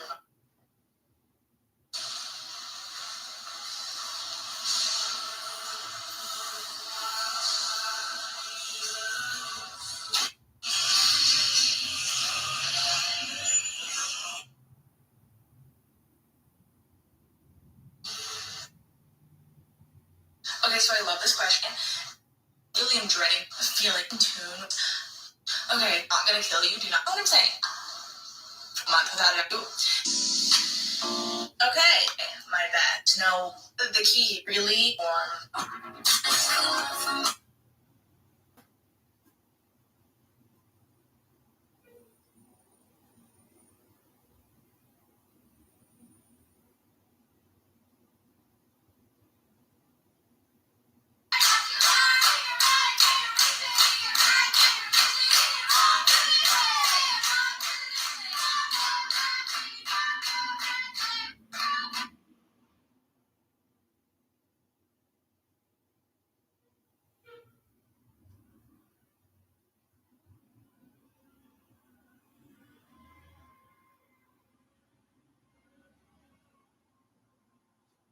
Wow.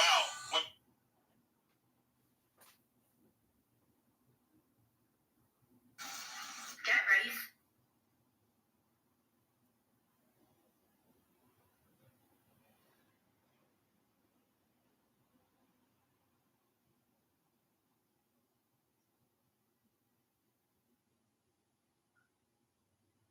Many people say that.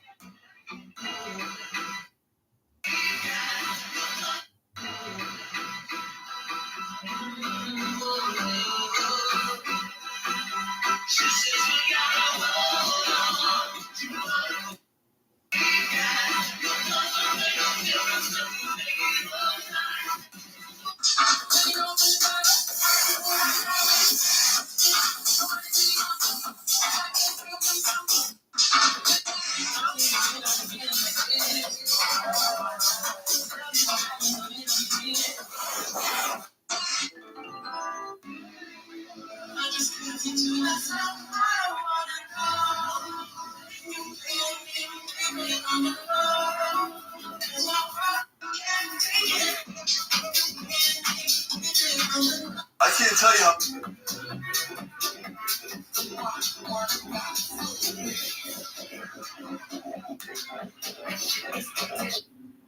Starbucks.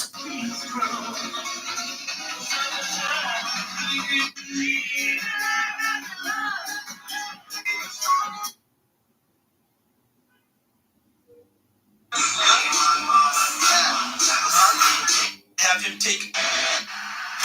Captain, you can't watch football Without Tostitos. 21 years old.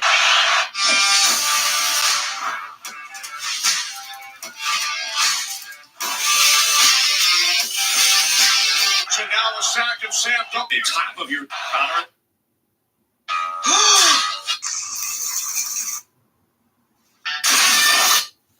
Let's do some redneck surfing. Ready?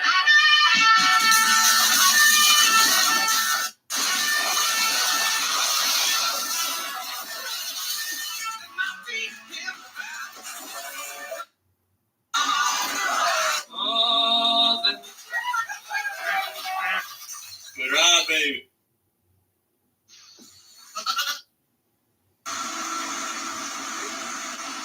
Today we're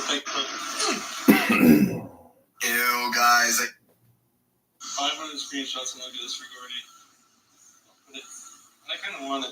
Yeah, just get 500 screenshots. Someone just screenshot this 500 times. What a wonderful day! There was a virus that made apes smarter, and it almost killed all of us. Why do they hunt her? She knows the humans and secrets. What a wonderful day!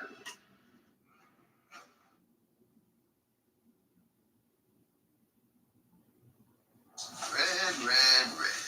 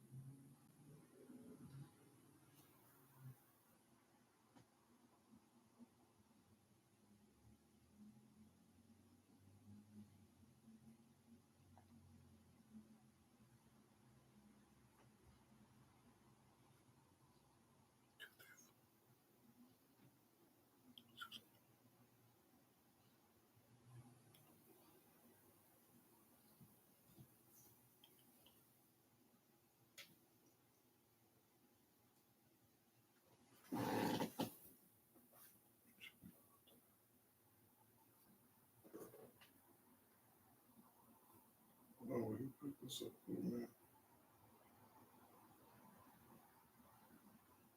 Check that, find out.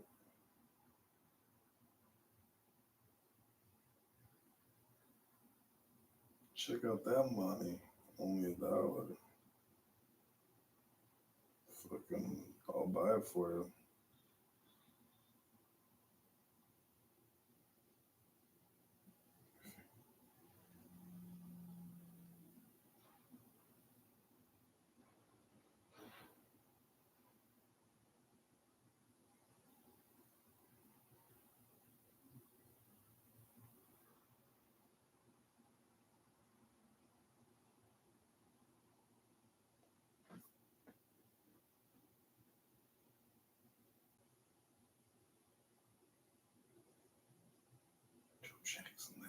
Joe Jackson, that Michael.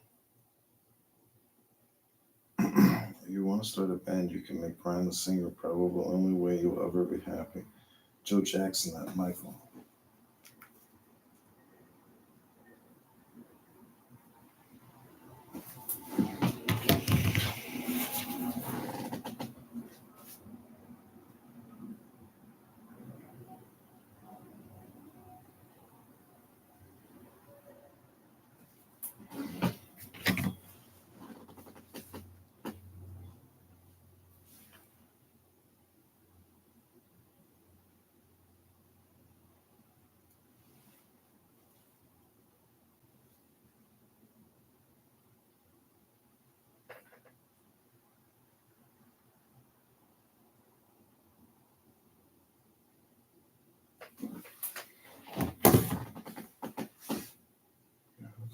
It's free.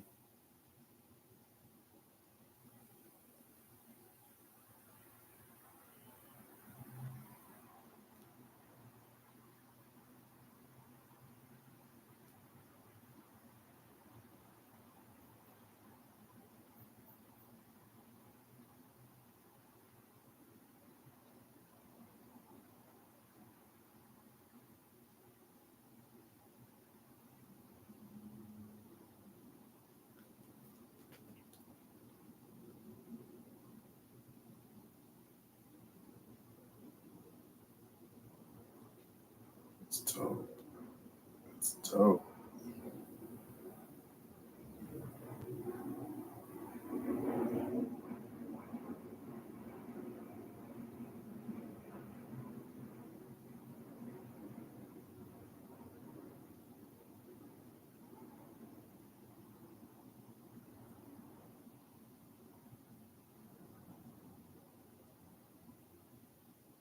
Call the Chabad, see if they want it.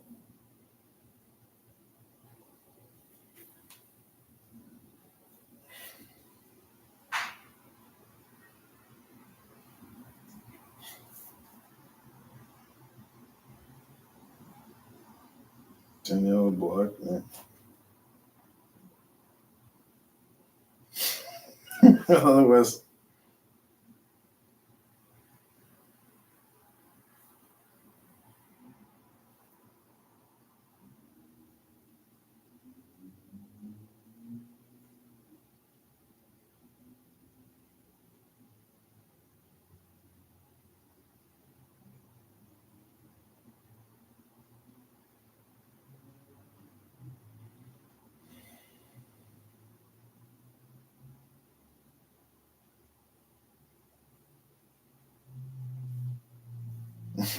they're going to toss it. Dope. Call the Chabad, see if they want it. Danielle blocked me. Try to block her, otherwise it's under her. Yeah, space, it's free and works.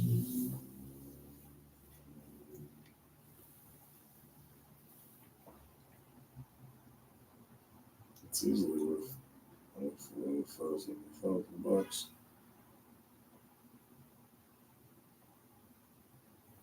Never see this again. Never see this again.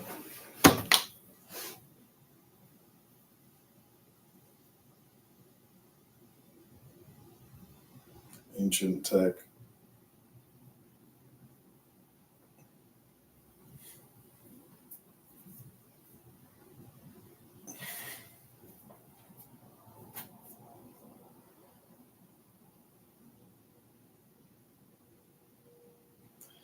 If you want to start a band, you can make Brian the singer. Probably the only way you'll ever be happy. Joe Jackson, that Michael. Check that money. Give to gebouw voor music.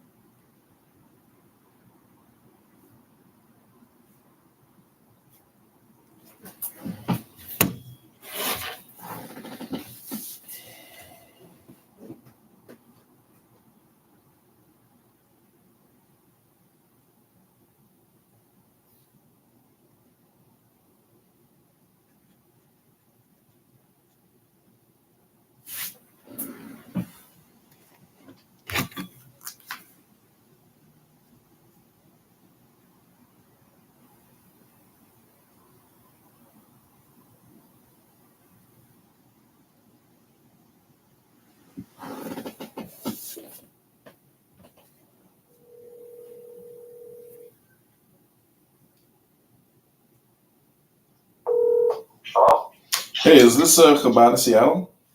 Yes. Hey, my name is John. There's an incredible electric organ on eBay, and it's free, and it's in Seattle. I don't know if you guys have any space or you guys want an electric organ. It's very nice. It's on eBay. It's only $1. I can send you the link if you guys are interested in it. Yeah, please do.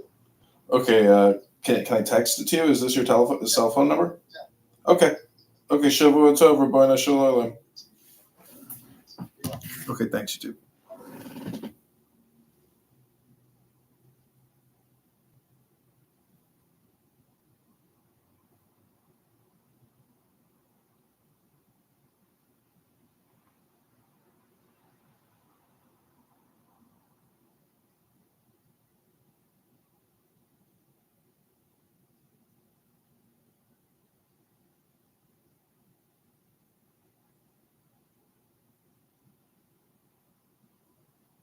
Oh, fucking make music for Hashem.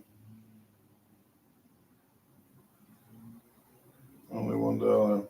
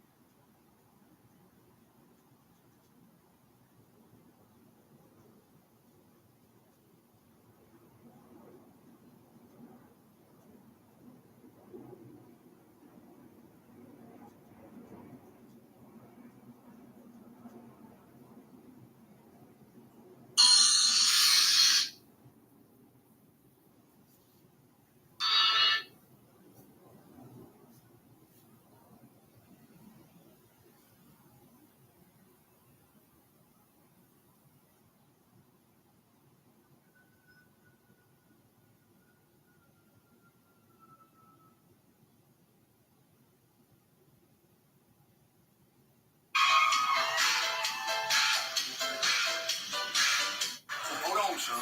How's policy? Here's a 6-shooter. You'll be wanting the senorita pistols as well? Everything. How's policy? Feel a bit naked, but I'm out. You gentlemen mind if I take his spot? Can you play his hand?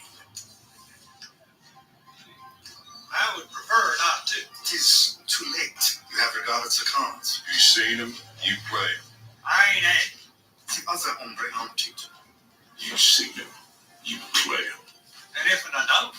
You play them cards, Fancy Dan. No one compel another man to engage in recreation. Certainly not a son of a gun as ill-humored as yourself. If you deposit your weapon in the receptacle, which concealing of it on your person in the first place was a violation of the rule.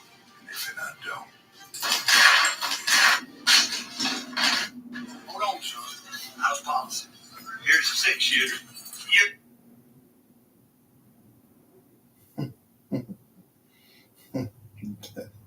Democrats. Democrats. 6-shooter. You.